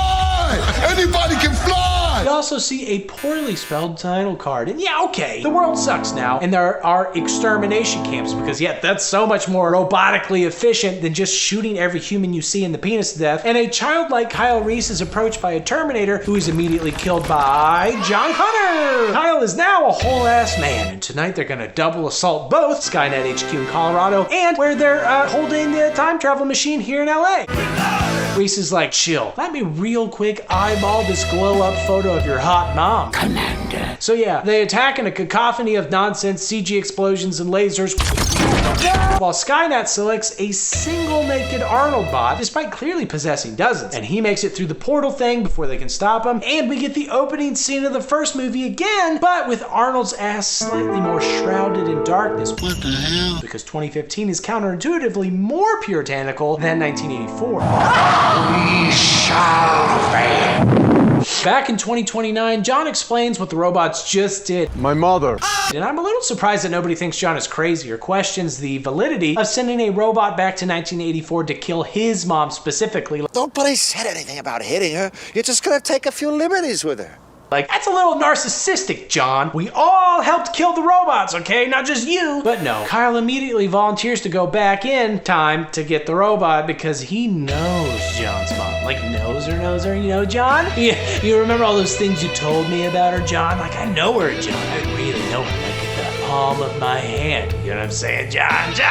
I'd die for Sarah Connor. Don't worry about a thing, I got it. So eager for Beaver, Kyle strips down to his penis, much to the delight of Matt Smith, and he hops in the machine. But as he's leaving, Matt Smith grabs John from behind and does something terrible to him, presumably. Didn't think it would be that easy, did you? Not really. And while time jumping, Kyle has a weird pseudo flashback to himself as a kid, telling himself in the mirror, Genisys is Skynet. That is disconcerting. Reese lands nakedly in the alley from the first movie. And I don't usually complain about movies being rebooted or whatever, but give me a freaking break. Of all the movies to awkwardly reboot with hotter actors and shittier CG, why this one? Why? The guns have been digitally changed to walkie-talkies. And to be fair, I guess they do want to take a different tack with all this because the T-800 approaches the punks as we'd expect, but he's actually attacked by another T-800 with just the worst fight choreography.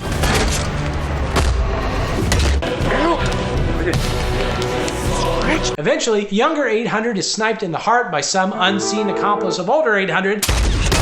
And the tweaks continue as the first policeman to approach Kyle turns out to be a T-1000. He runs away but is arrested by some fully solid cops. But before they're all killed, Sarah Connor, of all people, slams in with a truck and helps them escape. Come with me if you want to.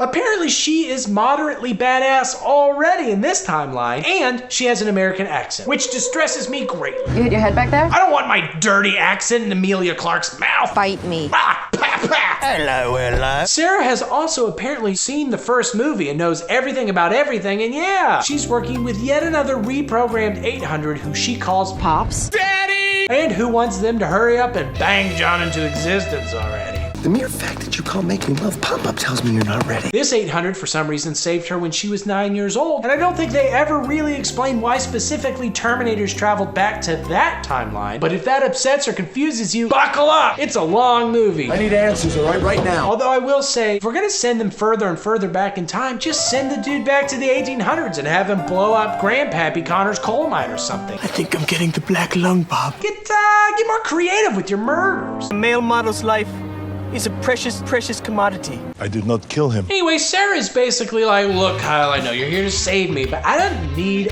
saving. I would like to stop Judgment Day and briefly film the worst car chase ever seen in a Hollywood film. Yeah, no shit. Literally, neither vehicle turns in any direction. It is just a straight line of driving, some shooting, until eventually the Liquid Terminator's car is noob tubed to death.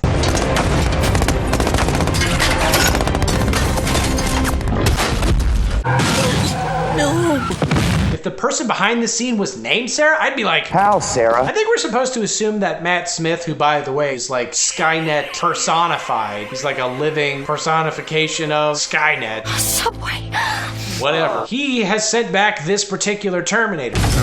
The Terminator that pours some liquid into dead 800's eyeball and brings that thing back to life so that Kyle can fight him for a bit and have a fun little crawling, stabbing bullshit scene like every other movie has.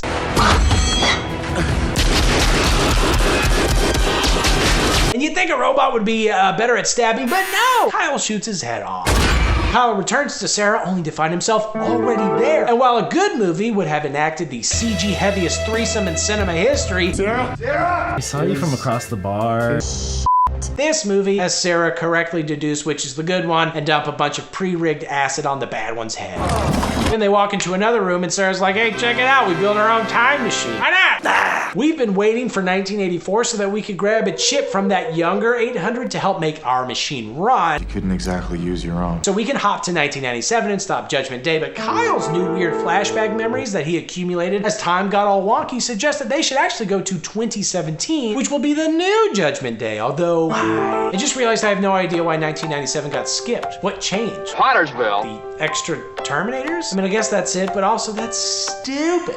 Speaking of, if you're wondering how Kyle can remember 2 timelines at the same time, it is possible if you were exposed to a nexus point in the time flow when you were in a quantum field. There you go. Yeah, I know how time travel works. Then Sarah quite literally says the machine is her one bullet to fire at the heart of Skynet. And Kyle's like, whatever, babes, let me touch your hand and say something from one of my new divergent memories that will help me win this argument. I will do whatever it takes to keep you coming. And she's like, damn, player, let's go get naked in a locker room and talk about our unborn son that you don't yet realize is your unborn son. What was he like? Moonshine. Moonshine? And then they're naked, facing each other in the time machine so the camera can't see their boobs, even though realistically, I feel like they go back to back to preserve their booby modesty, but whatever. Pops is like, I can't come with you guys because I got some skin ripped off back there and, you know, metal don't travel. Pops. And so they come together through time and land right in the middle of the highway. And hey, it looks like Sarah was able to sneak some pasties through. We found a hack. Go back and cover Pops and pasties.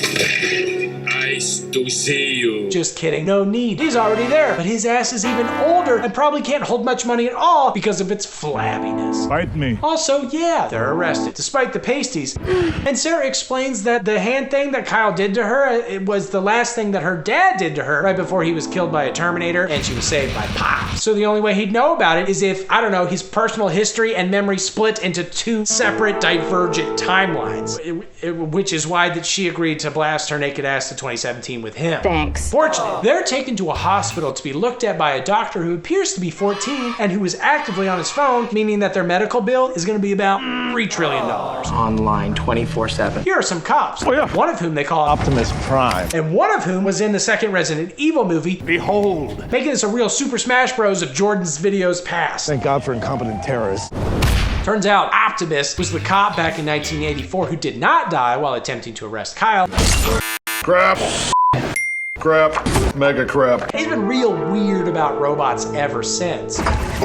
Those cops head upstairs and are like, okay, so Sarah Connor here doesn't exist, but Kyle Reese here does, but he's like 12 years old. And no, this doesn't mean that Sarah has to whip out a laminated card explaining consent laws in this state like a Transformers movie. Texas statute? It's just that Kyle was 12 in 2017, and he's just, you know, he's double existing because time. Yeah, I know how time travel works. No need for cards. He hasn't aged. As long as she can tell the difference between which is 12 and which is 35, she will be in the clear. Cops leave and Kyle picks his cuffs with a paperclip, but then John Connor inexplicably walks through the door. He says some things that only John can know. Hate lullabies. And oh hey, apparently Genisys is created by Dyson's son, Little Dyson. Fun! They steal some guns from some cops that they knock out, but not weirdly the cops' uniforms. And this forces Kyle to fondle his gun in his pants like it's an overgrown mutant dick. Did you see it? Hey, look, I got some frame grabs. Until they hit the parking garage, and John is like, thanks, Daddy. Dad? Oops, did you not tell Kyle he's my daddy? What? Well, I'm glad you know now, Daddy. What? And then Pop shows up and shoots John in the chest, but he's pretty unfazed, and everybody's like, what? As it turns out, Skynet hacked John's whole body at the cellular level with nano whatever. That hurts. And so he's still technically John, but a hybrid, sort of like Marcus, but he's also technically evil and trying to protect Skynet, sort of like Dave. Sorry. And Kyle is like, well, checkmate, you can't kill us until after I've blown my load in your mom here, and she's crapped you out. And John is like, actually, I think we're Exiles in time. which means I can kill you. There's no arguing with that because nothing in this movie makes any damn sense. So they fight a bit and answer the question of whether or not androids dream of Pepsi Max with a resounding 0-calorie maximum Pepsi taste. Yum! And then they suck John to a magnetic MRI machine and run away, even as he apparently tries to recruit them. Like, I guess his pitch is that it's dope to be a robot hybrid, but is it? Is it so dope, John? I don't know, John. It doesn't seem so dope, John. Sorry, John. And speaking of, Pops later is like, yeah, we done tried to make people into robots a bunch, but everybody we did it to went insane and died, except apparently John, which actually proves that he's Catholic. At least that was the logic RoboCop 2 used to explain why they couldn't make any more RoboCops. It was because of his powerful Catholicness. That's what helped him not go crazy. So John Connor is also a Catholic. Confirmed. Nobody can get away with this. Not a priest or a cardinal or a freaking John C. If you even look at me the way you are, I will smile from ear to ear for the rest of the evening. Anyway, Mr. Catholic Connor works at Cyberdyne currently, and he's helping them build their own time machine because Really, anybody can do it. Dave and I built one last week and used it to throw snowballs at baby Hitler. And I'm only now realizing we probably should have gone harder with it, but Dave was adamant that that would be enough. You don't want to go too crazy on Hitler. Are we the baddies? Pops and the Star-Crossed lovers head down to his secret base to play with bullets and have robot arthritis, because I forgot to mention that even though he's a machine, they gave Pops real flesh, I guess real joints, so he does actually age. Also, Kyle tells Sarah that actually John didn't manipulate him into loving her. He manipulated himself. And like, sure, Kyle, whatever you gotta tell yourself, Kyle. What are you saying? And the master non-manipulator shows up and really hits the T a little too hard. I don't feel pity. That time I think you may have hit it a little bit too hard. And I'm proud as a peacock, baby. And then Sarah says, Rule this.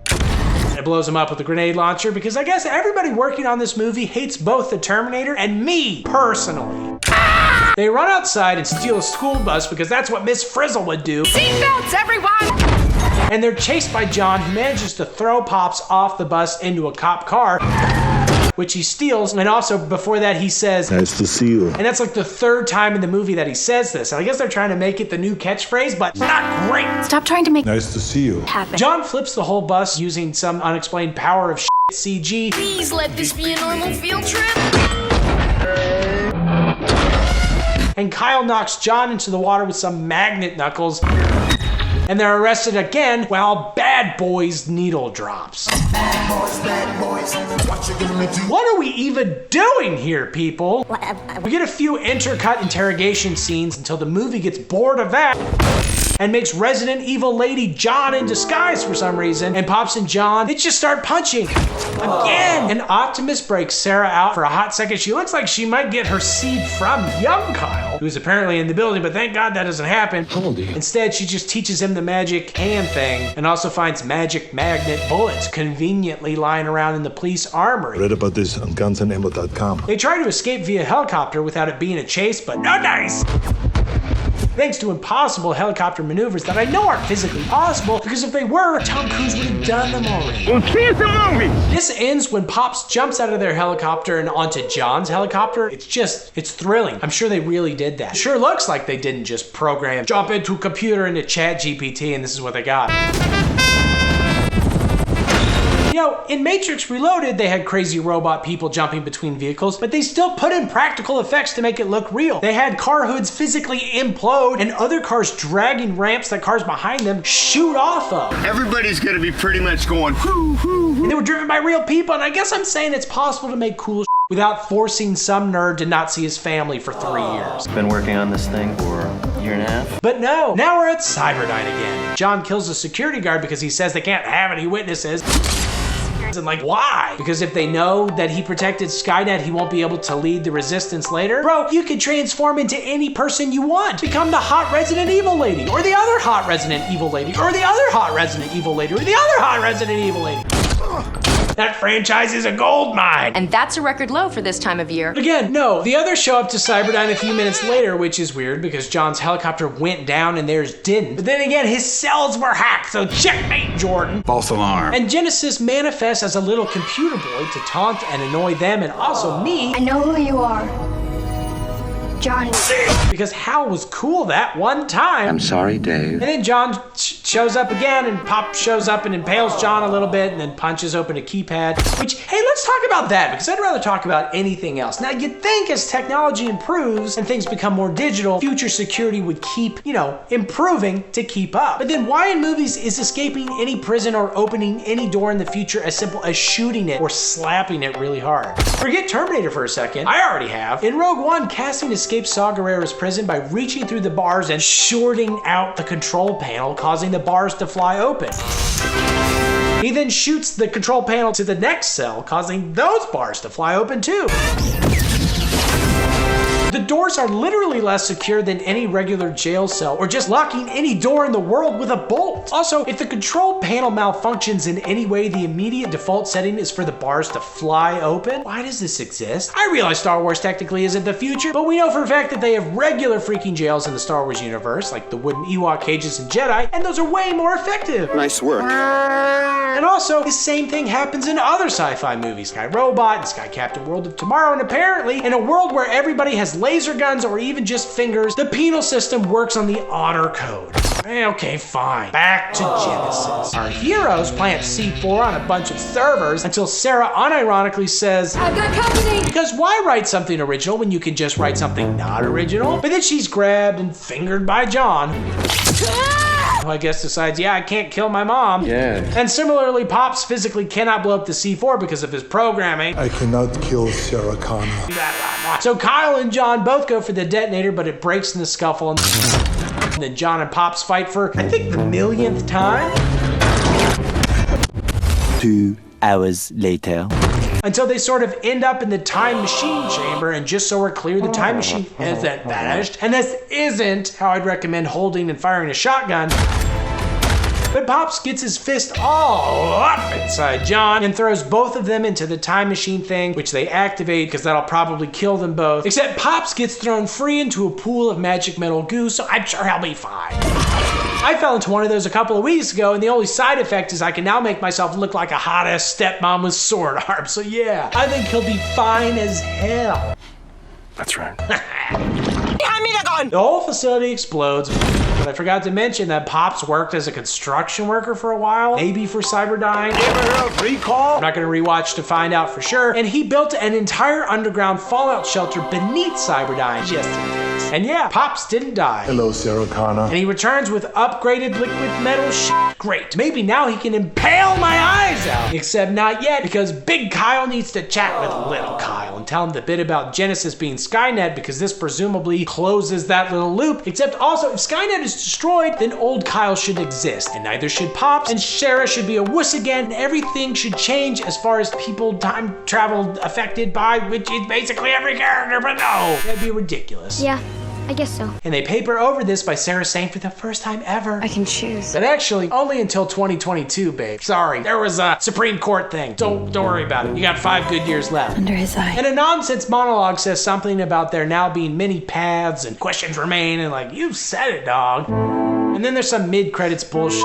glowing orb of infinite power that is apparently Genisys, so maybe that negates Kyle talking to Kyle. I don't know. It doesn't matter. It'll literally never come up again, because no matter how many more Terminator movies they make, nobody in the world enjoyed this one, so you're never gonna see it again, no matter how many parallel timelines you visit. Well, that's all, folks. You're in. Sick! To soft reboot the system, you have to watch and verbally explain the Terminator Dark Fate soft reboot. Ugh, hacking is hard. He wanted to have solid colored drapes in a little girl's room. I said, don't do it. More studio logo glitches? Does this imply more shit may go down? Well, this repurposed T2 footage of Sarah losing her mind certainly suggests it might. A sandy skull is slowly uncovered by the waves during a pretty rad D-Day invasion, but with robots, except, oh, that didn't happen. Disappointed! Because yeah, they stopped all that in T2. And actually it's 1998 and whoops, an 800 shows up and blows Kid John Connor away, and like, not to be a jerk, but good riddance. It's very simple. Also, I guess this also sort of invalidates the end of T2, but we've already done that like 3 times, so what's a 4th? The number of the day is 4. Anyway, John gets fan service double tap, and then 800 leaves. I finally rest. And the de-aging on display here is actually pretty solid. Neutrogena Rapid Wrinkle Repair. Probably helps that the scene is largely in slow motion and that one of the characters is literally a robot, but still, when used sparingly and for a purpose, de-aging can be really cool. I bet most of you watching can't even tell that I'm a 76-year-old Korean woman. And now I see Dave's over here just noticing for the first time too. Dude, it's an effect I add in post. How did you not notice? This whole time. That's the power of technology. Wow. But even de-aging is not as cool as all this ice and lightning appearing in the middle of Mexico City 22 years later. And especially not as cool or as tight as this $5 tight lady butt that falls from the sky. Cops show up and a Mexican couple are like, I don't know what's going on, my dudes, but then the lady blasts their peso asses and steals the one guy's clothes because, again, there's not nearly enough money up her butt to purchase her own. I don't think I've ever beat a running joke in a single video quite this much to death, but here we are, at the end of all things, or at least this video. Then let us be rid of it. They come out so often. I'm so tired. So you're PMSing pretty bad, huh? We meet another Mexican lady named Danny, her sexy brother Diego, and her sick dad, who I'm gonna call Daddy. Daddy! Or should I call him Padre? Is that racist? Am I allowed to know Spanish? I actually don't know. I think you can go. You're right. I don't know anymore, dude. I mean, I do know some Spanish. Puedo hablar en español un poquito. I'm not allowed to know Spanish. Is it racist for me to appropriate other languages by learning them? I don't know. I'm sort of worried about it. I don't know. Am I allowed? Yes. No. I don't know. I can't remember what his problem is, but he's already dead because outside there's more ice and lightning and nudity and a new Terminator boy falls from the sky. Danny and Diego work in a factory and Diego... You look terrible. And I once watched you eat oysters while you had a cold. Danny and Diego trabaja in a factory. Just like throwing every Spanish word I know throughout the video. Cara de ojos es muy como el pezón de mi papa. Danny and Diego trabajan in a factory, and Diego is about to be fired because he's been replaced with a robot, but it doesn't really matter because their dad shows up and tries to kill them, but before he can, he's shotgun in the head by the formerly naked lady who isn't really very nice. Ow, she also goes way harder shooting the shotgun than any previous Terminator character. But again, this bro is a Terminator, and he gets back up after his black liquid metal goo recongeals or whatever, and he attacks the lady, and this one fight is more kinetic and interesting than any hand-to-hand combat in the series to date. It probably helps that this movie was directed by the guy who did Sonic the Hedgehog. Do you see me dancing? And also Sonic the Hedgehog 2. And we'll see about Sonic the Hedgehog 3. Sir, not appearing in this film. But eventually they smoosh him. And the lady is like, my name is Grace, and I'm wearing jeans that seem a little too tight considering I've only stolen clothes from dudes to this point. And we gotta get out of here because that's a Rev 9 robot. And no, I am a human actually, though yes, I am augmented, thank you for asking. They steal a truck, but are immediately followed by the Rev 9 in an even bigger truck. And again, this chase scene is one of the more interesting in the series. Lots more practical crunching. Ultimately, Grace chucks a bunch of rebar at Rev 9, but it turns out that he's sort of a combination of T-800 and T-1000 Terminators in that he has a hard-ass endoskeleton and a liquid-ass exoskeleton that can actually work independently. But Jordan, that sounds like the Barbinator in 3, I can hear you saying like a damned idiot. But again, this splits into two and is clearly bound by the same rules as at least the T-1000 in that it can't Inspector Gadget itself a dick that sprays grenades or whatever. The suction was way off. It's back to being a Pokeboy. Yo, I'm the f***ing yellow rat from Pokemon.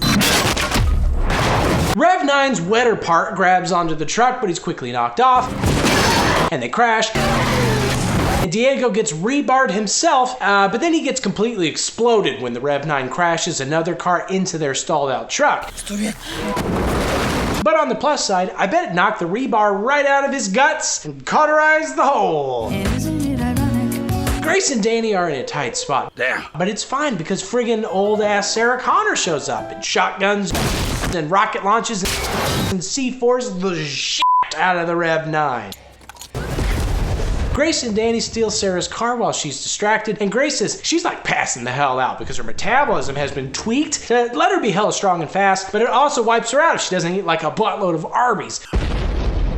I will personally nuke your ass. So they break into a store and steal a bunch of drugs. Let me tell you, Mackenzie Davis, who plays Grace, is an absolute godsend for sci-fi. From this to Blade Runner 2049 to Station 11 to Black Mirror, everything she's in is immediately 50% better because of her presence. I'm sorry I didn't tell you.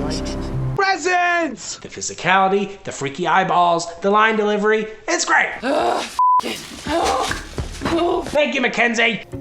You're so lonely. A kindly good Samaritan helps these nice ladies safely exit the drugstore that they've just chaotically robbed, but Sarah Connor is outside and is like, yeah, you're coming with me, buttholes. Nice. They head to a motel where they inject Grace with drugs so that she can flash backwards to when she was a future soldier fighting robots and getting injured badly while saving her commander and ultimately volunteering to become an augmented soldier. She wakes up and explains that she's from 2042, and when she was a kid, she was saved by Danny's magical baby, and also she's never heard of Skynet or the Resistance or any of that crap. Skynet, the AI that's trying to wipe us all out? I've never heard of it. Wait a minute! And Sarah explains that Skynet actually sent multiple Terminators to kill John, and the 800 that succeeded was carrying out orders from a future that had already been stopped. And also, there are apparently more Terminators because she hunts and kills them now, and in fact she receives anonymous text messages that tell her where and when to go to kill them, like right before they manifest, which is how she knew where to be on the bridge where everybody was getting rebarred. And Grace is like, well, that's weird because in my future we have an AI thing called Legion that almost ended humanity. I've never heard of it.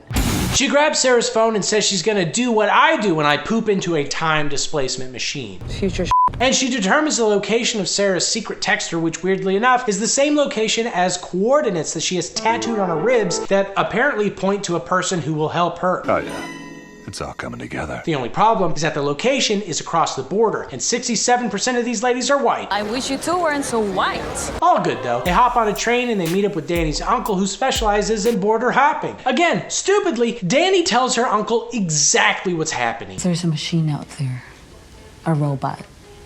It's what killed Papi and Diego. And I guess Grace cuts a fly in half to prove the story. I don't know, man. Just tell them you're running from a scary dude who wants to kill them for some reason. No need to specify that, no, it's a robot from the future who gets split in half because part of him's wet and part of him's very solid. Holy shit, I'm hard. Telling him all that just makes it more likely that he'll abandon you behind the border Arby's. We don't allow that kind of behavior at Arby's. But on the Mexico side, where it's called El Arby's.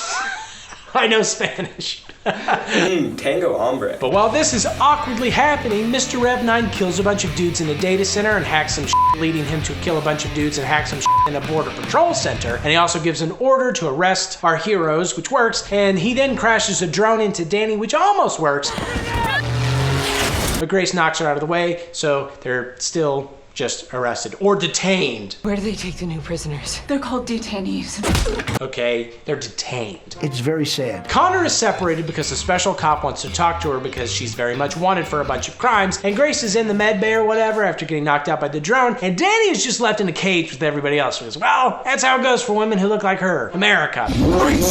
Grace wakes up and makes like Dave on a Wednesday morning and puts some drugs in her butt and then pulls a fire alarm. We are nothing without rituals. We need to have structure. Did I say you could look at my private parts? It's a barbaric ritual. This allows Connor and Danny to escape. Rev 9 has already arrived and he's already just ripping everyone a new one. Literally. It is surprisingly bloody. And good, it should be bloody. Dave, this is real life. So foolish. They steal a helicopter and for the first time in movie history, they fly the helicopter more than 11 feet off the ground. Literally groundbreaking. Cinema, the movies. The next day, one day later, they meet with their mutual contact friend and it's the 800 that killed John. Sarah wants to kill him, but they say, please don't. And as it turns out, the 800 has a little family now. He spent a bunch of time learning to be human-ish. He also learned that there's ways to track time travel events before they happen, which is why he has been the one texting Sarah about the new Terminators, because he thought she might need some new purpose after she stopped Judgment Day, and also he plugged her kid. Oops. Don't knock until you tried it. Except, where are all these other Terminators coming from? And to what end? That's a good question. Has she stopped several different alternate futures at this point? Like, is each Terminator over the past 22 years linked to a different, not necessarily Skynet future? Like, where the hell else would they be coming from? The Legion era? If so, wouldn't Sarah Connor still be considered a big deal in their future? Like, wouldn't Danny or Grace or whoever survives this movie be like, damn, you know who rules? Sarah Connor. She keeps killing these Legion Terminators. Unless, yeah, I guess she's just thwarting apocalypse after apocalypse. But even in that scenario, Terminators are usually just sent back to thwart the human resistance, not protect the original apocalypse itself, right? Like she would have had to blow up a computer somewhere, not just kill a Terminator. Killing a Terminator never shuts down Skynet or its equivalent, so what the hell's going on? This is a disaster! I don't know, but this 800 goes by Carl and sells drapes, which is actually really funny. There was this one customer that came to me. He wanted to have solid colored drapes in a little girl's room.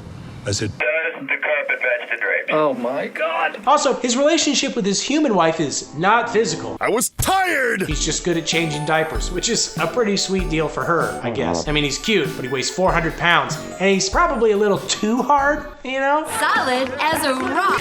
He also has a bunker with a ton of guns, because even though he's peaceful, he still thinks there's a 74% chance that human society collapses with or without AI. I pump those numbers up. Those are rookie numbers. And it's like, okay, dude, no, it's ChatGPT. It's gonna ruin us. Humans are, if it wasn't for that, humans would be fine. We're all best friends. There's too many people on this earth. We need a new plague. They spend a few minutes teaching Danny how to shoot good because, yeah, that'll be the difference maker.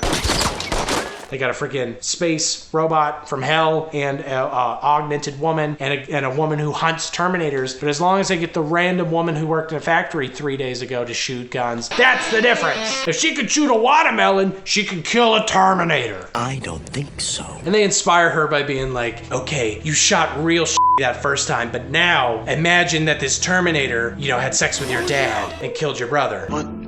Why? She's like, pow, pow, pow. Now I'm super accurate. That's all it takes. Yeah.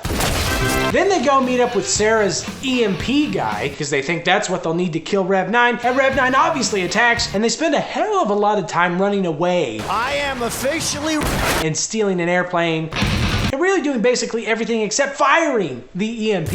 You know, the one thing that can destroy him. The Drago! It's kind of like in that Fast and the Furious movie where they're looking for the God's Eye. God's Eye? Nailed it. They're like, here's what we need. We gotta get the God's Eye because you can use that to find anybody on Earth. You're making a lot of sense. And the whole time we're going for the God's Eye, the guy that we're gonna use to find is attacking us. So... You're not making sense anymore! I can't wait till we use this to find the guy right here. Just turn around. he's always there. They open up God's Eye, it's like, oh no, he's giving me a blowy. Oh my God. Oh my God. Thank God we have advanced satellites. But let me back up, because Rev 9 attacks them with a helicopter that he flies so low to the ground that he gets caught in like a chain link fence for a bit because what the hell's wrong with these people in these movies? Just fly it in the air. Thank you. Then yeah, they go to a nearby army base because that's where EMP Boy originated, and they steal a plane and they blow up Rev 9's helicopter and they knock him off the plane with a van. They also do a little comedy moment where Rev 9 lands and blows up a dude's shed. And he's like, sorry about your shed. But it's a real missed opportunity to have the van fall and hit the shed again 30 seconds later because, like, where's the van? The van fell out. That's funnier. The one joke and another joke. Come on, you should hire me. I'm not in any unions. Hire me to write the new Terminator. I don't give a shit. I'll do it for $10. It just sounds fun. Fine. I'll do it. Anyway, whatever. The van probably crushed some old lady in her bed and they didn't want to show us that. Oh, look at that. The damned EMP got shot. Should have used it, dorks. I'm just kidding. Put me in your union. Union rights and all that. It's just nobody cares what I think. Yeah, I guess you're right. Oh, by the way, it's revealed that Danny isn't pregnant. She herself is the badass hero who saves humanity from the brink. Wow! This movie is so woke, Dave just threw up behind the camera because of how woke this movie is. It was you who found me in the ruins after Judgment Day. Get woke, And now he's cleaning his mouth out with Miller Lite because other beers are too woke. But not Miller, that's a man's light beer that doesn't have too many calories or any voting rights in it. Look at Dave over here. He's like, women, heroes, Mary Sue much, blah, blah, blah. I don't think they like me. Laying on my mic pillow. Sobbing quietly. Sobbing into my mic pillow. Objects are made by men and used for many purposes. Anyway, Rev 9 stole his own plane and is already caught up somehow because he hit the gas harder. Holy shit. And he crashes the two together and he boards the thing, initiating a minimal gravity fight where everybody be flying around and punching and shooting grenades until eventually the ladies hop in a Humvee and fall out the door, parachuting to the ground, while the plane explodes at a nearby dam. Except, well, the Humvee lands like shit and dangles off the damn thing until Grace cuts the ropes, hurling them into the water, where they get the Rev 9 all tangled up in a parachute. They get out of the water, reunite with Arnold, who inexplicably has the exact shot of flatlining Grace needs. He left us on a plane. It's very important that you take the right measurement here, because... And they head inside to create a kill box. This is our kill box. Even though they're all just standing in a line. Not sure that qualifies as a kill box rather than a kill line. To hide their numbers. Or a kill bunch of assholes just kind of standing around and punching sporadically. Ultimate punch! Anyway, they fight, and Grace is maybe the first movie character to ever make whipping cool. I'd like to see Indy do that to a Nazi. I'm thinking about it. Like, where was Harrison Ford when all those Nazis came here, to Charlottesville? But you also had people that were very fine people on both sides. Come on! Eventually, they slam Rev 9 into a whirring machine thing, and it roughs him up pretty good before exploding him. And Carl and Grace also both look rough. Danny crawls over to Grace, and she's like, "You're gonna have to kill him with my power core, which will, of course, kill me too." And Danny is like, "Well, I don't want to, but thank you. It's the only way that we could do it, so we're gonna cut you open," and she dies. But, like, the Rev 9 is not doing so hot. He honestly looks like he'll just flop over and die at any second, and debatably, he's no longer a threat unless, I don't know, somebody runs straight at him and they're a little girl, a little niña, a niñita.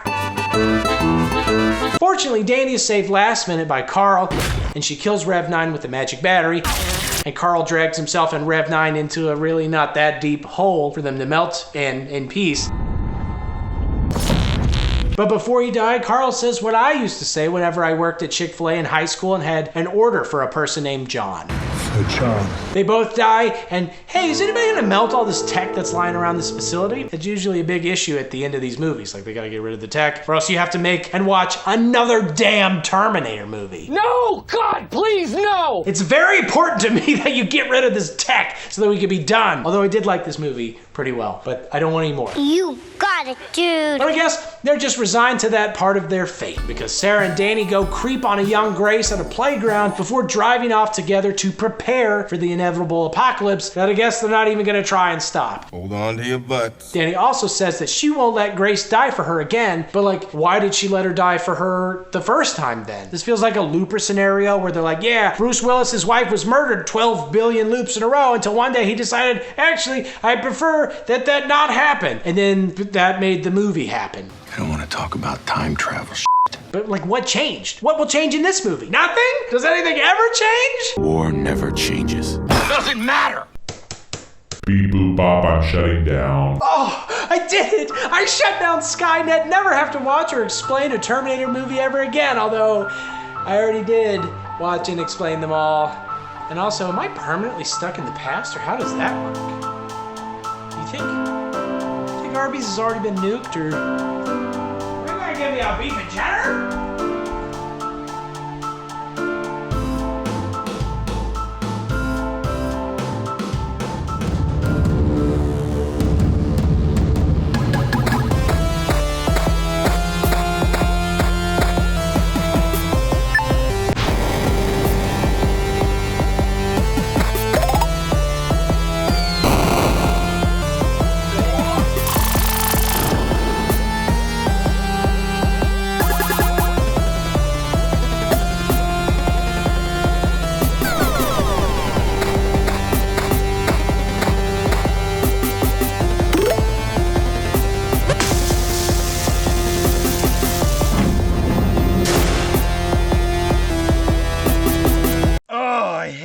It's the year 2029 and I am living in an Arby's.